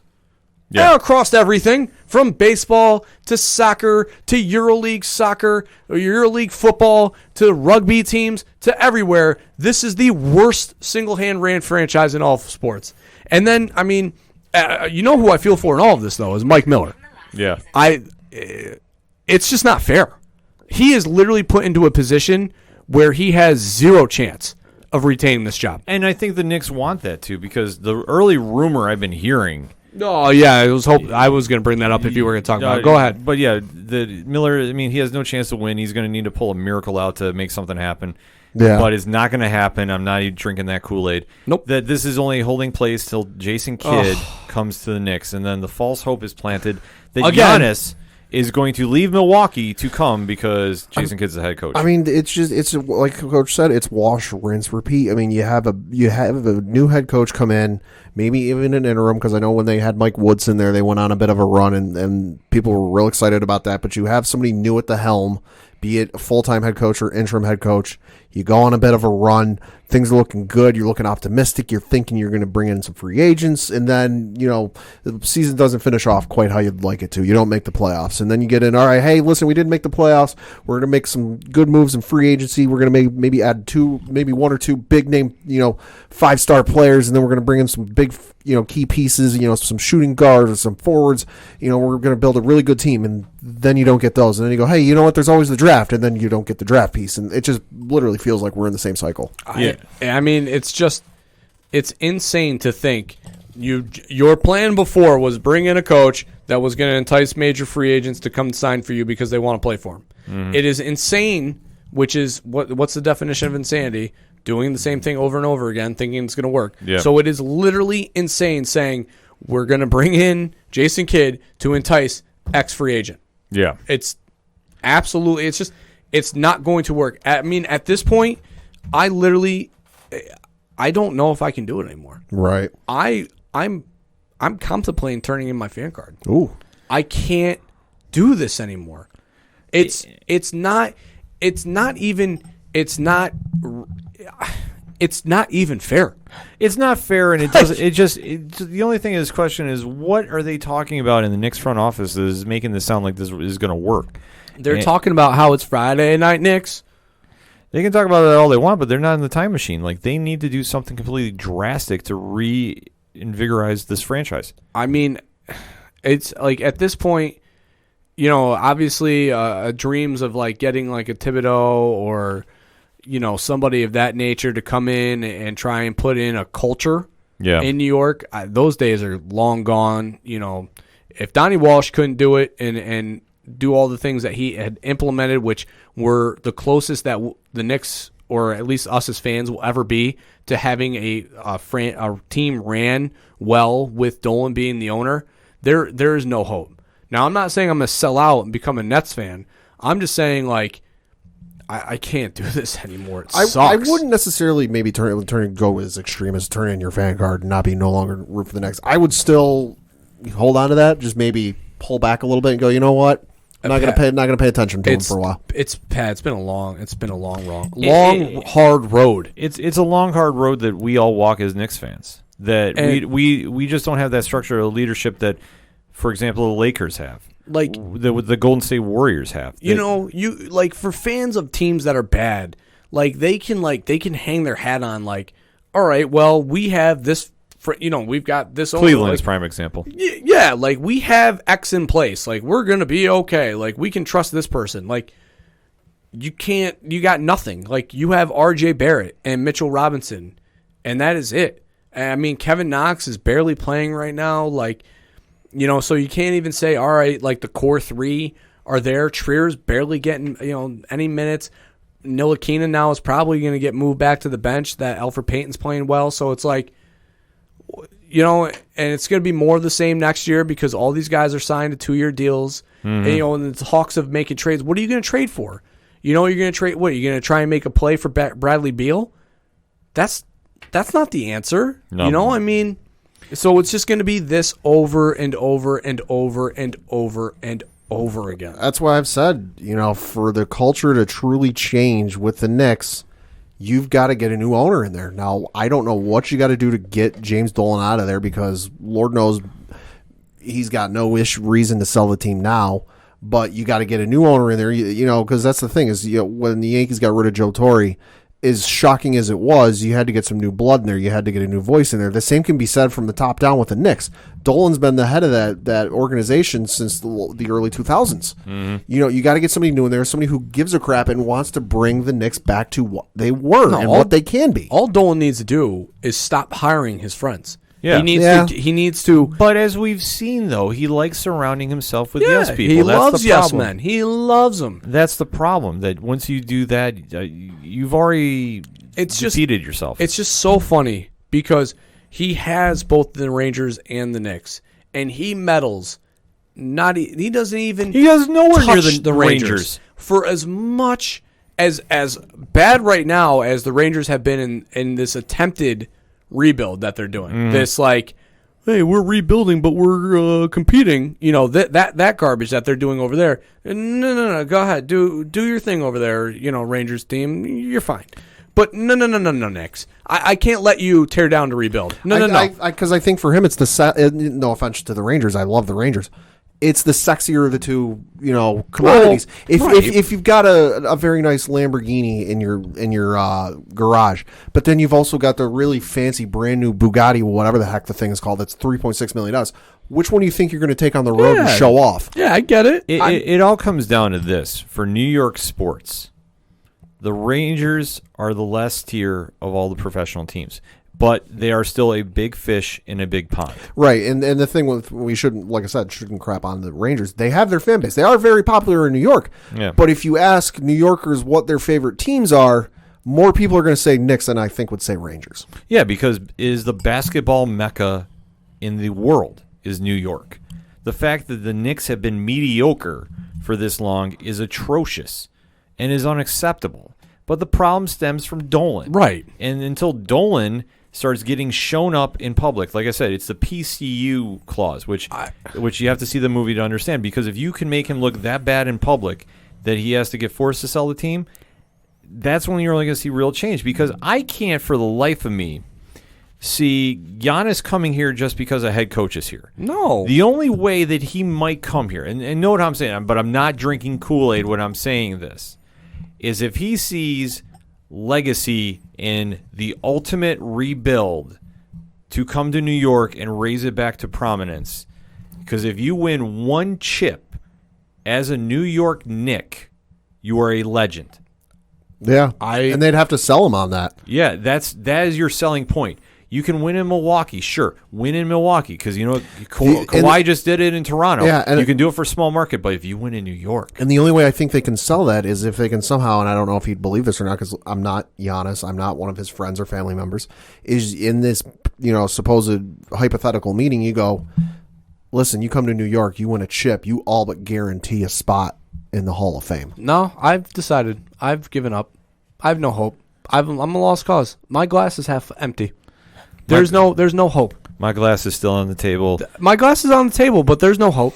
While we were just talking, I'm running through all the great memories and fondness that I had of growing up and just watching 90s Knicks basketball and seeing John Starks and Greg Anthony and Doc Rivers and Mark Jackson and Patrick Ewing and all these guys just putting their blood, sweat, and tears in that 90s run that was so magical. And then Allen Houston playing on one leg because his knee, Latrell Sprewell, LJ hitting the 4-point shot, and it'll never happen again. No, it's never say never. But arguably it will not happen under the Dolan era because the ship and he's not selling.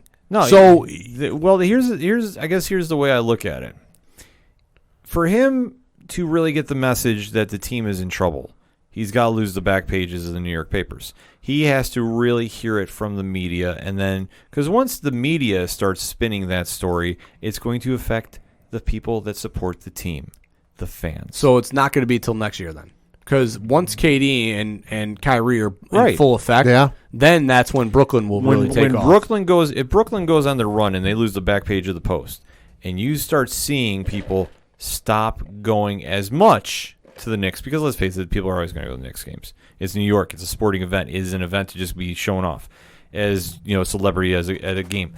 When they start losing the Garden to Brooklyn, and they really have a swing of momentum that they get shown up, that's when Dolan's going to hit the panic button. You know who I feel for the most is Spike Lee. Yeah. He's just got so hard. I mean, a season ticket holder. I mean, New York Knicks fan through and through, seen it all from the top to the bottom, and now he's having to live out, not that he's dying tomorrow, but I mean, he's in the last third of his life in theory, and he's having to watch his beloved Knicks go through this. Well, I mean, to the point where it's even, his fandom or his rooting for the Knicks is a joke. I remember, I forget what awards thing he was at. Oh, the Academy Awards. He was at Jackson. Yeah, he was at the Academy Awards, and I think it was like the night the Knicks got the draft pick, or it was something to do with the Knicks, and somebody got on stage and was like, Samuel Jackson. Sam Jackson got up on stage and told them how the Knicks did, and they lost or something like that. It was wild. It's going to be a wild scenario no matter what for the Knicks until Dolan gets the message. And like I said, it's going to have to take a public outcry that hits him in the wallet to really make that message hit home. Because let's face it, it's not going to hit right now. Fizdale was not the guy. Mike Miller is not the guy. Is it Jason Kidd? I don't think so. No. But the only pipe dream if you want to sell something is if you can convince Giannis or a superstar of his caliber, if there's going to be one out there, to come to New York and sell it on the image. That if you can come here and you can win. Take a look at LeBron going back to Cleveland. And he didn't have to go back. At the time, greatest player in basketball in the world. He didn't have to go back. But now, that one championship in Cleveland outweighs anything else he's going to do the rest of his career. The same can be said for the Knicks. If a player can come in there and bring a chip home there. Yeah, but somebody's got to come there first. Somebody's got to come there first, but if not now, when? That's going to be the question to answer. Hit us up on that hashtag ODPH. What is your thoughts about Fizdale not being a Knick anymore? Try and make me feel better about being a Knicks fan. Yeah. Try making Coach feel better. This was deflating. Yep. And sell him on your team. Do you think he should jump bandwagon to your team? Listen, I'm not going to be like that guy that became a Lakers fan. I'm not going to be bought. I'm just saying, I got a wild proposition for you. Root for the Sacramento Kings. Let me just say, I'm thankful that I don't get MSG. There you go. Okay. There you go. So hit Coach up. Let him know what your thoughts are of the New York Knicks and about how everybody else is doing in the NBA, because he's going to stop watching pretty soon. So we got to start talking about some other team on here. Who should we be covering? The Lakers, Golden State. We're not covering Brooklyn because we can't do that. But definitely hit us up. Let us know. Charlotte Hornets. And we'll go from there. Coach is so disgusted right now. It's not even funny. Next segment, please. So let's get the break, shall we? Hit us up. Let us know. We're going to take a quick break. We'll be right back. 2, 3, 4. Hey, this is Johnny Moose from Excite Wrestling, and you're listening to the ODPH. I didn't mess it up. I thought I would. Right now, back to the guys.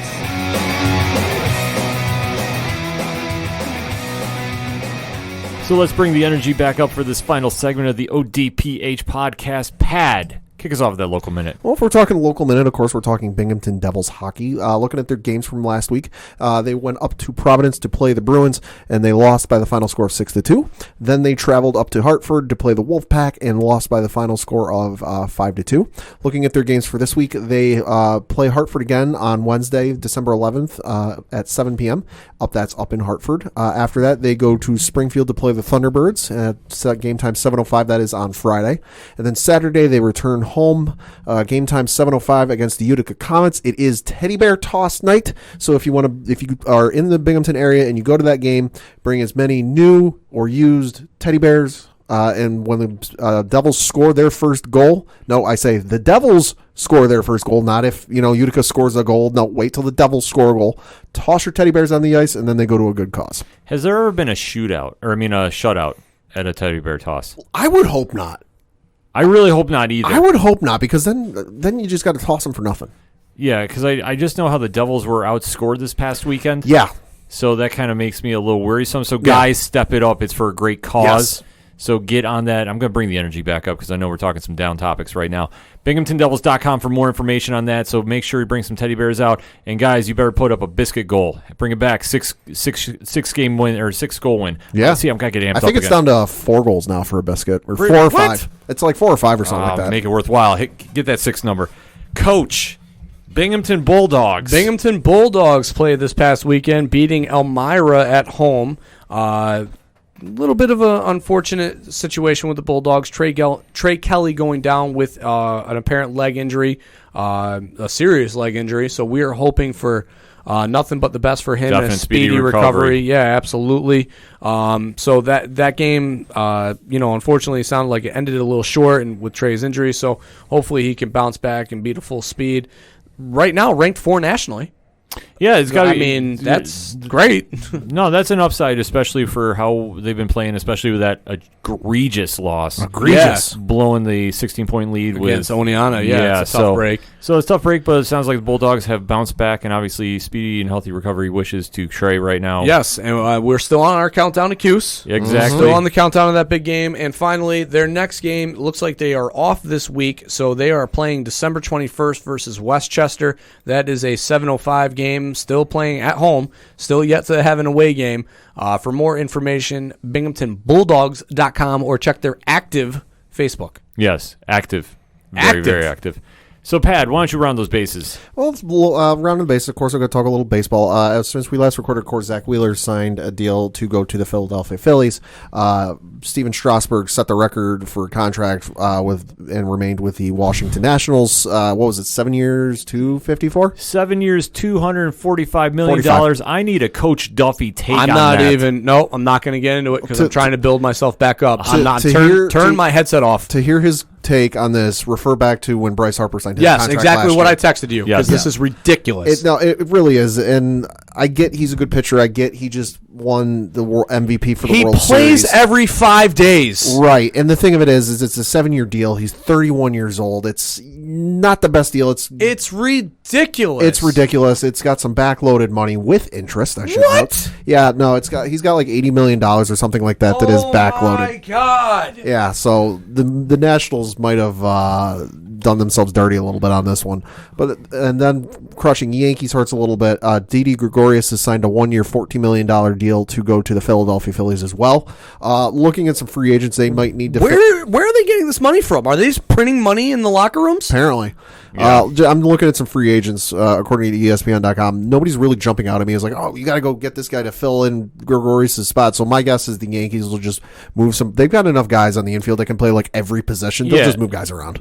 You don't even make enough revenue to pay for half of these players. Where is the money coming from? This is the problem with baseball. It's insane. Yeah, and you know what? I'll even make you sicker. No, please. Oh, let's go sink that battleship. Yeah. So what's the rumored contract that is allegedly going around for Garrett Cole now? Well, so let's build this up a little bit. Another pitcher, Coach. Another pitcher. Great pitcher. Had two of the best statistical years this year and last year in baseball history. Getting called by some folks, not myself, the greatest free agent of all time. His agent's calling him that because I am not calling him that. I wouldn't go that far. I mean, he's had two great statistical years. He's 29 or 30 years old or something like that. The Yankees, Angels, and even the New York Highlanders are in conversations to sign this man. John Heyman is saying there's a mystery team involved, and the New York Post is saying it's the Astros. But any talk, no one's really sure where Garrett Cole is going to land. But signs are pointing to the fact that it's going to be New York, and that there are talks that it's going to eclipse, quote unquote, Steven Strasburg's contract, and there are talks that it could go over $300 million. Oh my God. I will lose my shit if that happens. That is fucking ridiculous. That is so much money for a guy who pitches for not even 6 innings. $300 million. Yeah.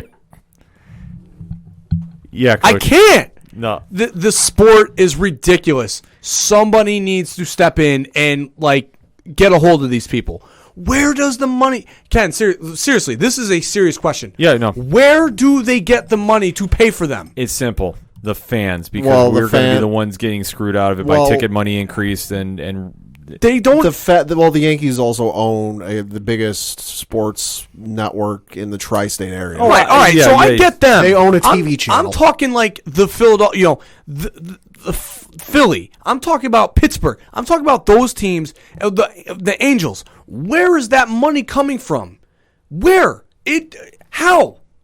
Who? Yeah. Who? It's an Atlanta clause. I'll say this. The Strasburg deal in terms of years doesn't make any sense to me because, like I said, he's 31 years old right now as we record. You're telling me that you're going to get MVP, World Series winning caliber pitching out of this guy when he's sitting there near 40. Yeah, good luck. Having a 7-year deal for Cole, no matter who he lands with, makes all the sense in the world to me because you are getting this guy in his prime. There is no way. First off, their stadiums don't host 100,000 people or damn near close to it like NFL games do.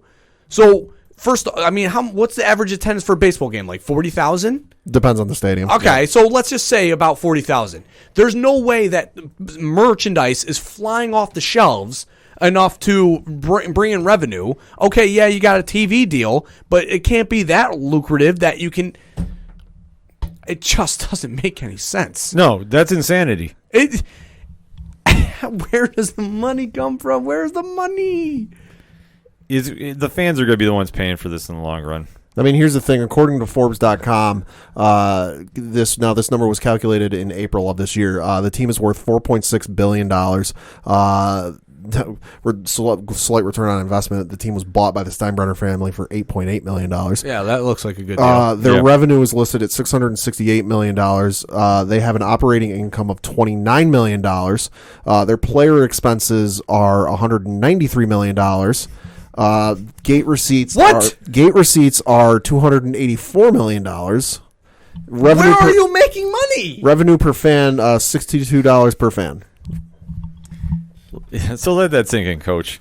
It's going to get worse because once that Garrett Cole contract gets signed, I want you to hit Twitter. It doesn't make sense. I'm sorry. I know that there are people out there that love baseball, and I know that I don't hate baseball because I play lacrosse. I hate baseball because of the fact that there is a guy who plays every 5 days that's going to make $300 million to pitch 6 innings, roughly about 100 pitches, and then go put a jacket on and hang out. His arm is worth more than 90% of people in the world that work daily. His arm. Here's where they get a little bit of their money. All right, go ahead. Yes. So Yes Network. I know. Yes Network for the TV networks or whatever to have them. Their monthly affiliate fee is $6.37. Him clipping his fingernails is more expensive than your entire salary out there, people. Just so you know, his one fingernail. And this is why baseball is lagging behind football as the national pastime. It's crazy. Anybody who chooses to play football over baseball is a fucking idiot, by the way. Kyler Murray. I mean, Russell Wilson comes to mind. Like, you guys are dumb. Yeah. You could have played 5 years in Major League Baseball and made $400 million. Funny side story. Ken knows this answer. Don't answer. Who owns the baseball rights to Russell Wilson? The Yankees, right? Uh-huh. Yeah. Yeah, Russell Wilson is his rights got traded from, I want to say it was the Rangers to the Yankees. You are dumb. Not only are you getting your brains kicked in daily for a mediocre, probably $90 million chump change to a major league player, but then you're getting their head rocked in for 17 weeks of the season. I mean, the thing is, like with baseball and football to a degree, there's no guarantee. Like, so when you're these players, I can't fault them on their choice because it's literally a coin flip. You look at Kyler Murray, who's going to make God knows what amount of money. It's still early in his career. But then you got a guy like Adam Jones of the Baltimore Orioles who just signed with a Japanese team over in Japan to play. Mm-hmm. You know, if the number I read was right, made something in the course of like 90 some odd million dollars over the course of his career, which has got to be around 10 plus years. Yeah. You know, so, okay, yeah, it's less risky in baseball, but it's no guarantee that you'll even make the majors. Right. Well, no, I mean, I get that. Listen, there's a dude right now riding a bus to some Penn League game who literally had to fill the team bus up on his credit card because the team ran out of money. Probably did happen. I mean, yeah. I wouldn't be surprised. It's one of the rumors you hear about, baseball. But it goes back to bringing it back full circle, though. It's absolutely crazy. And they want to cut minor league teams because of operating costs. Yeah. Piss off. Yeah. That's kind of my stance on it. When Garrett Cole's contract gets announced, Coach, I expect you to go fully heavy on Twitter. I want to see nothing held back. And I'll probably be right with you because I agree with you. I don't think this is where the problem is with baseball. You have too much guaranteed money for what you're getting on the field, and it's nuts. And you wonder why people look at your sport and kind of go, "What is wrong with you?" I mean, I get that you are playing 162 games back to back to back to back. Is grueling. Everyday players, we could have an argument. All right, for. yeah, like you could be like, all right, I would still say you're crazy, but I would at least say, all right, 162 games is a lot. You can make a small argument. Sure, small, but not for pitchers. That's no insane. way. No way. So congratulations, Scott Boras. You're going to pull off some crazy deal that is going to be looked at and is now going to be a benchmark moving forward, and I don't even want to think about that. Yeah. All right. Hey, college football. Yeah, let's go. Yeah, college football.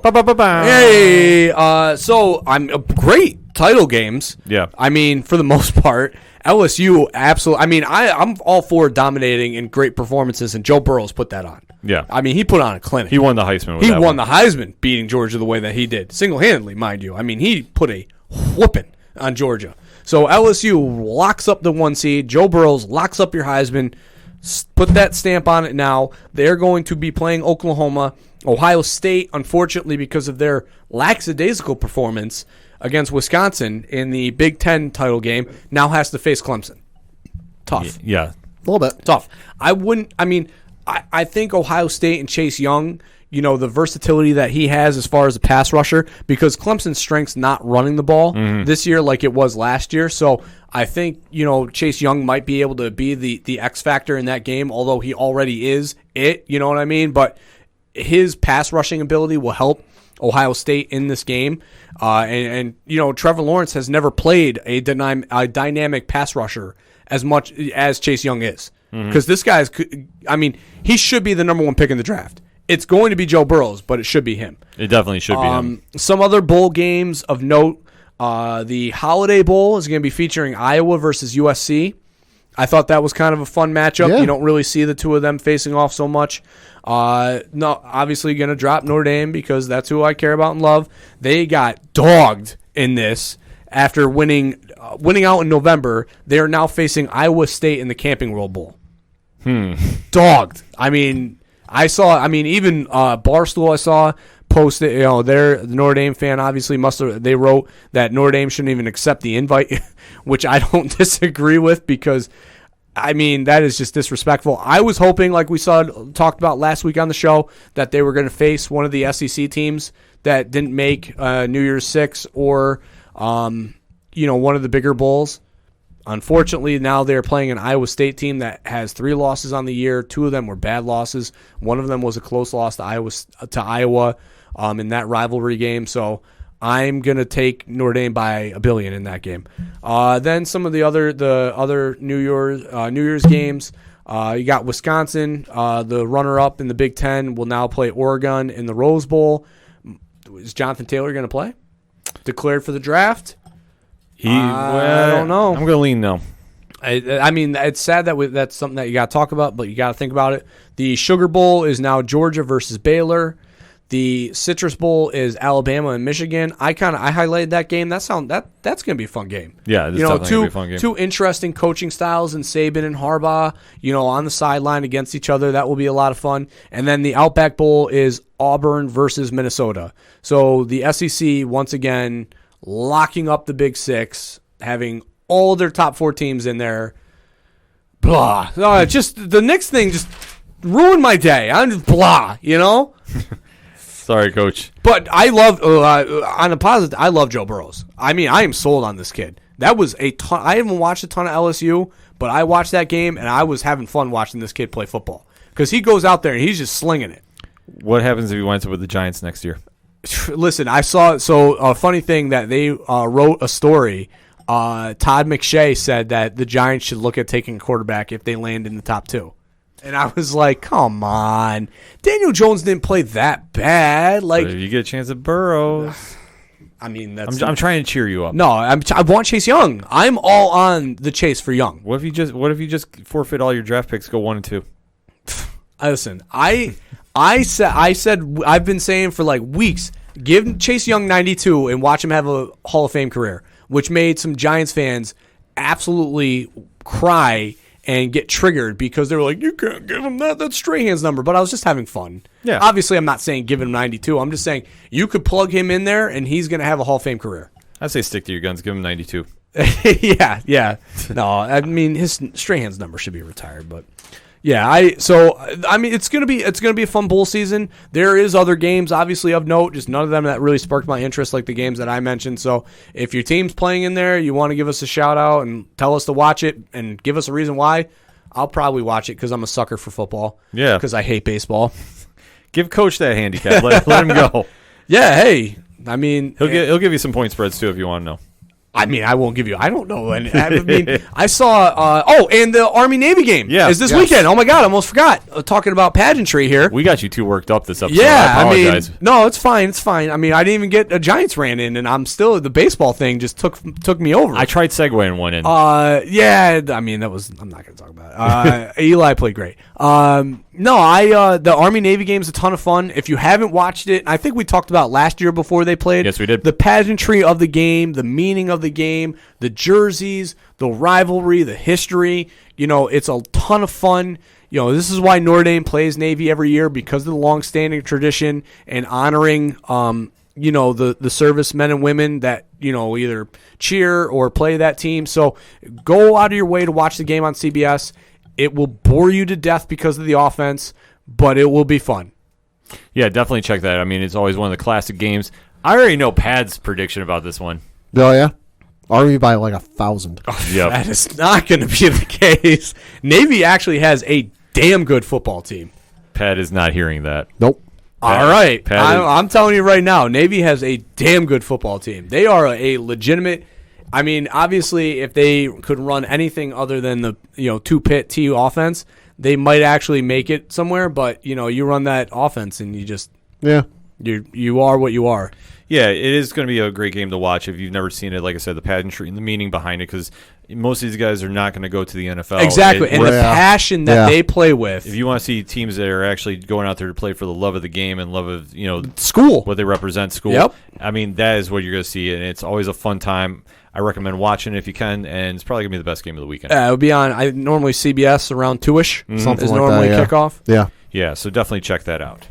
So for my round in the base, we talked about Tyrone Woodley getting bruised and battered by Kamaru Usman early. Like I said, he was walking around with those deep bruises on him and looking like he absolutely went through a battle. Contusions. Yeah, contusions. I mean, like I said, you could see the lighting on him just made it look like his rib was popping out at one point. Like I said, he was just wearing the battle on him with those deep bruises.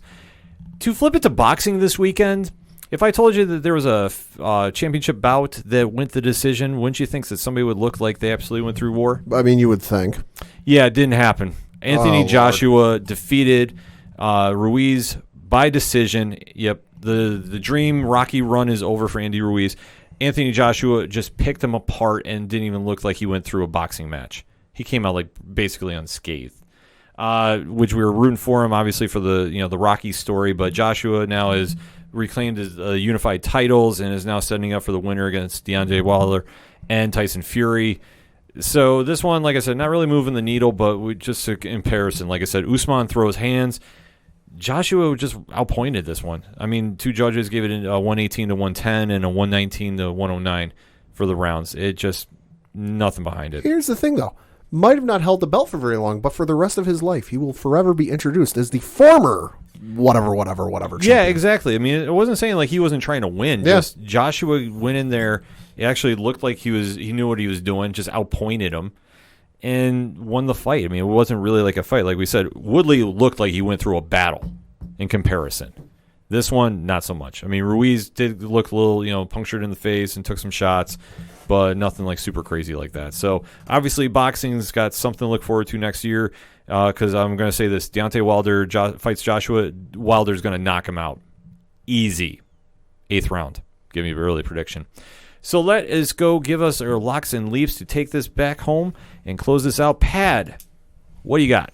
Well, I'm going to look at the Thursday game. It worked out so well for me this past week. I'm going to go do a little double dipping. Thursday game this week is the Baltimore Ravens taking on the New York Jets, where currently Baltimore is a 14-point favorite. Baltimore 11-2, Jets 5-8. I think the Ravens are going to absolutely pick apart the Jets, and it's not going to be pretty. For my leap, you're going to enjoy this one, Ken. Looked at a lot of games. Couldn't find anyone. Give it to me. Currently, the Pittsburgh Steelers are playing the Buffalo Bills at home, and currently Pittsburgh is a 2-point favorite. I think Buffalo is going to be able to pull that one off. Bless your heart. And if that doesn't happen, I'm going through a table next week. Hell yeah, you are. All right, Coach, who you got? Well, I will start with my leap then, because I'm sharing with Pad. I absolutely think that nobody circles the wagons like the Buffalo Bills. I mean, 2 points on the road in Pittsburgh, no big deal. At least I'll have somebody to go through a table with me. They played very well against Baltimore. I think that they will match up very good against Pittsburgh. I'm not saying that they're going to put 30 on them. No. But it is definitely a game that Buffalo needs and should go and steal on the road in Pittsburgh. And my lock is going to be the Rams beating the Cowboys. Okay. Rams are 1-point favorites, so not a big spread, but the Cowboys are lost. They are on tilt. The Rams have figured things out. They are rightening and correcting the ship right in the nick of time, right as the playoffs are rolling out here. They're going to get the ball. They're going to run the ball to Todd Gurley. They're going to set up play action. They're going to let Goff have time in the pocket. They're going to throw the ball deep, and they're going to score. I actually like them to put up 30-plus points on the Cowboys. I write down my predictions before everybody else. Coach has copied both of them. Yay! Wow. So I'm riding with you, Coach. All right, let's go. We're putting up a 3 this week for Locks and Leaps. Hey. The Rams, thank you for knocking me out of 2 fantasy leagues this past week, but I'm going to forgive it if you can actually show up this week and take out somebody, because I have to go up against Ezekiel Elliott and Amari Cooper in 1 league, so I need some big Ram performances. So you do that, we'll say all is forgiven. And for my leap, hell yeah, I'm taking that all day. Buffalo showed heart against Baltimore. Like I said, they got favorable calls. I'll be the first one to tell you that. Josh Allen does not need to throw the ball 30 yards downfield for a short yard pass that could keep the drive going. So I hope he learns from that this week going into Pittsburgh on Sunday night. It's a big game, so let's circle some wagons, light some tables on fire, and then let's get that W and put it through. That is what I want to see with this. So, you see in front of me, I have nothing written down. This is correct. This is going to go live. One take. I just have to look at one thing when I get to it. The music you heard on this episode is that of Fair City Fire. They're our friends from Austin, Texas. They have a big show this coming Wednesday they're playing. So if you want more information on that, faircityfire.com. How do you get to that, you ask? OchoDuroParlayHour.com/music. You can find out about them, Walking Distance, Shout at the Robots, Floodlands, Honker, all the great music you see in here each week on the ODPH, because sometimes you're watching on YouTube, so hey, that's how you see it. You can also check out no longer hashtag 607 podcasts. I actually did some work on the website. Oh. We now have something called the ODPH directory, because we have so many friends of the show that don't do just podcasts. Because down there you can definitely find 3 Fat Nerds. You can find Horror Zone 607. You can find 8122 Productions, which, dare I say, Love is Scary, still worth your dollar every week. And now they put the wrestling show behind there, a little Patreon action going on too, where you get the unfiltered, unedited, raw takes from one Derek, a.k.a. Big Natty Cool Diesel. Oh, boy. Which I can't do enough justice for. You have to hear to believe. I don't even want to give a segue, because I don't want to get caught in a lawsuit for what they said behind a paywall. Oh, Lord. Because Derek had an open microphone, and he decided to voice his opinion about certain wrestling organizations that are airing on Wednesday nights. WCW. Oh, wait. Sorry. Well, some have called it that. Derek has went deep diving on that. Oh, my God. Derek has gone deep diving. I love TNA. Oh, you can get in there, folks. And you'll have to pay to find out, but it's so worth your dollar to get involved with that, because they give you everything you could want there. 8122 Productions for more information on that. But on ODPH Director, you can also find out about our friends at Excite Wrestling, who just had another wild show this past weekend at the X in the Oakdale Mall locally. Next month is a cage match. Matt Tremont versus Stockade. Oh, that is a cage match. Isn't it a cage match? All right. Yeah. So Coach is going to be down there. We're going to be down there. Yeah, I'm 3FM definitely is going to be planning down on there. It's going to be a wild night, so definitely get your tickets. ExciteWrestling.com. Little Man Finn will be in attendance as well. Yeah, Little definitely don't not bring him to a wrestling show. Yo, Little Man Finn is he might get in that cage.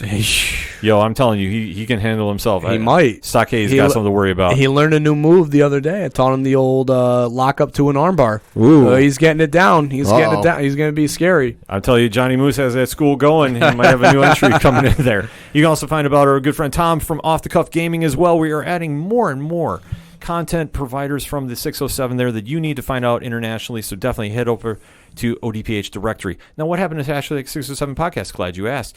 We have them on our Podchaser list on the front page of the website, so you can check out hashtag 607 podcast. You can check out NXTWAVE, which I have to give a shout out to our friend Brian at Cheers to Comics, just transferred over to 143 Podcast Networks. So if you're a subscriber, because you heard the promo here last week, you got to resubscribe to the new podcast network he has up. So the link is on there on the NXTWAVE page on Podchaser. You can also find all of our friends from PodNation. It's on there as well. And also Parlay Points, the complimentary blog to the ODPH podcast, where you'll get my takes for TLC this weekend whenever we can find out the matches. Yeah, because we still don't know all of them. Yeah, because that's why we didn't talk any wrestling this week, because we still don't know all the matches are official. Allegedly, Vince loves putting it out the night before. He loves putting all the matches out on SmackDown because he thinks that increases interest. Yeah, which I can't say it does, because I'm probably going to miss it, because I'm going to be watching the Bills crush the Steelers and Watchmen in between. I don't fault you there. Hey! Yeah, so I'm going to give you that. Because we got flexed. Yeah, we got flexed. I shouldn't say we, but they got flexed. They got flexed. You got Is flexed. an ODPH well, flex hey, we going all on. picked the Bills. This is true. So we Yeah. all did it. The brand is 100-0, folks. We all ride together here. This is how we do on the Ocho Duro Parlay Hour, because that is all we got for this week. So for your coach, my coach, the Bills fan for a week, Coach Duffy. Circle them wagons, folks. For Padawan, I am not a Bills fan, but I'll take it if it'll give me the leap to get ahead of Rich. Jay. Coach John Calipari, still coaching Kentucky. I'm your host, Ken M. I'm going to break some tables this week, so maybe we'll put that on YouTube. I don't know if it gets the Bills a win. I'm willing to try. Just don't be like the guy in the one video who almost broke his neck. Yo! Yeah. I am not airing that. I think I might have retweeted that, but I will tell you, don't try that at home unless you're a professional table jumper. I'm going to tell you that right now. If you're not squeamish. Where does one go to get a degree in such?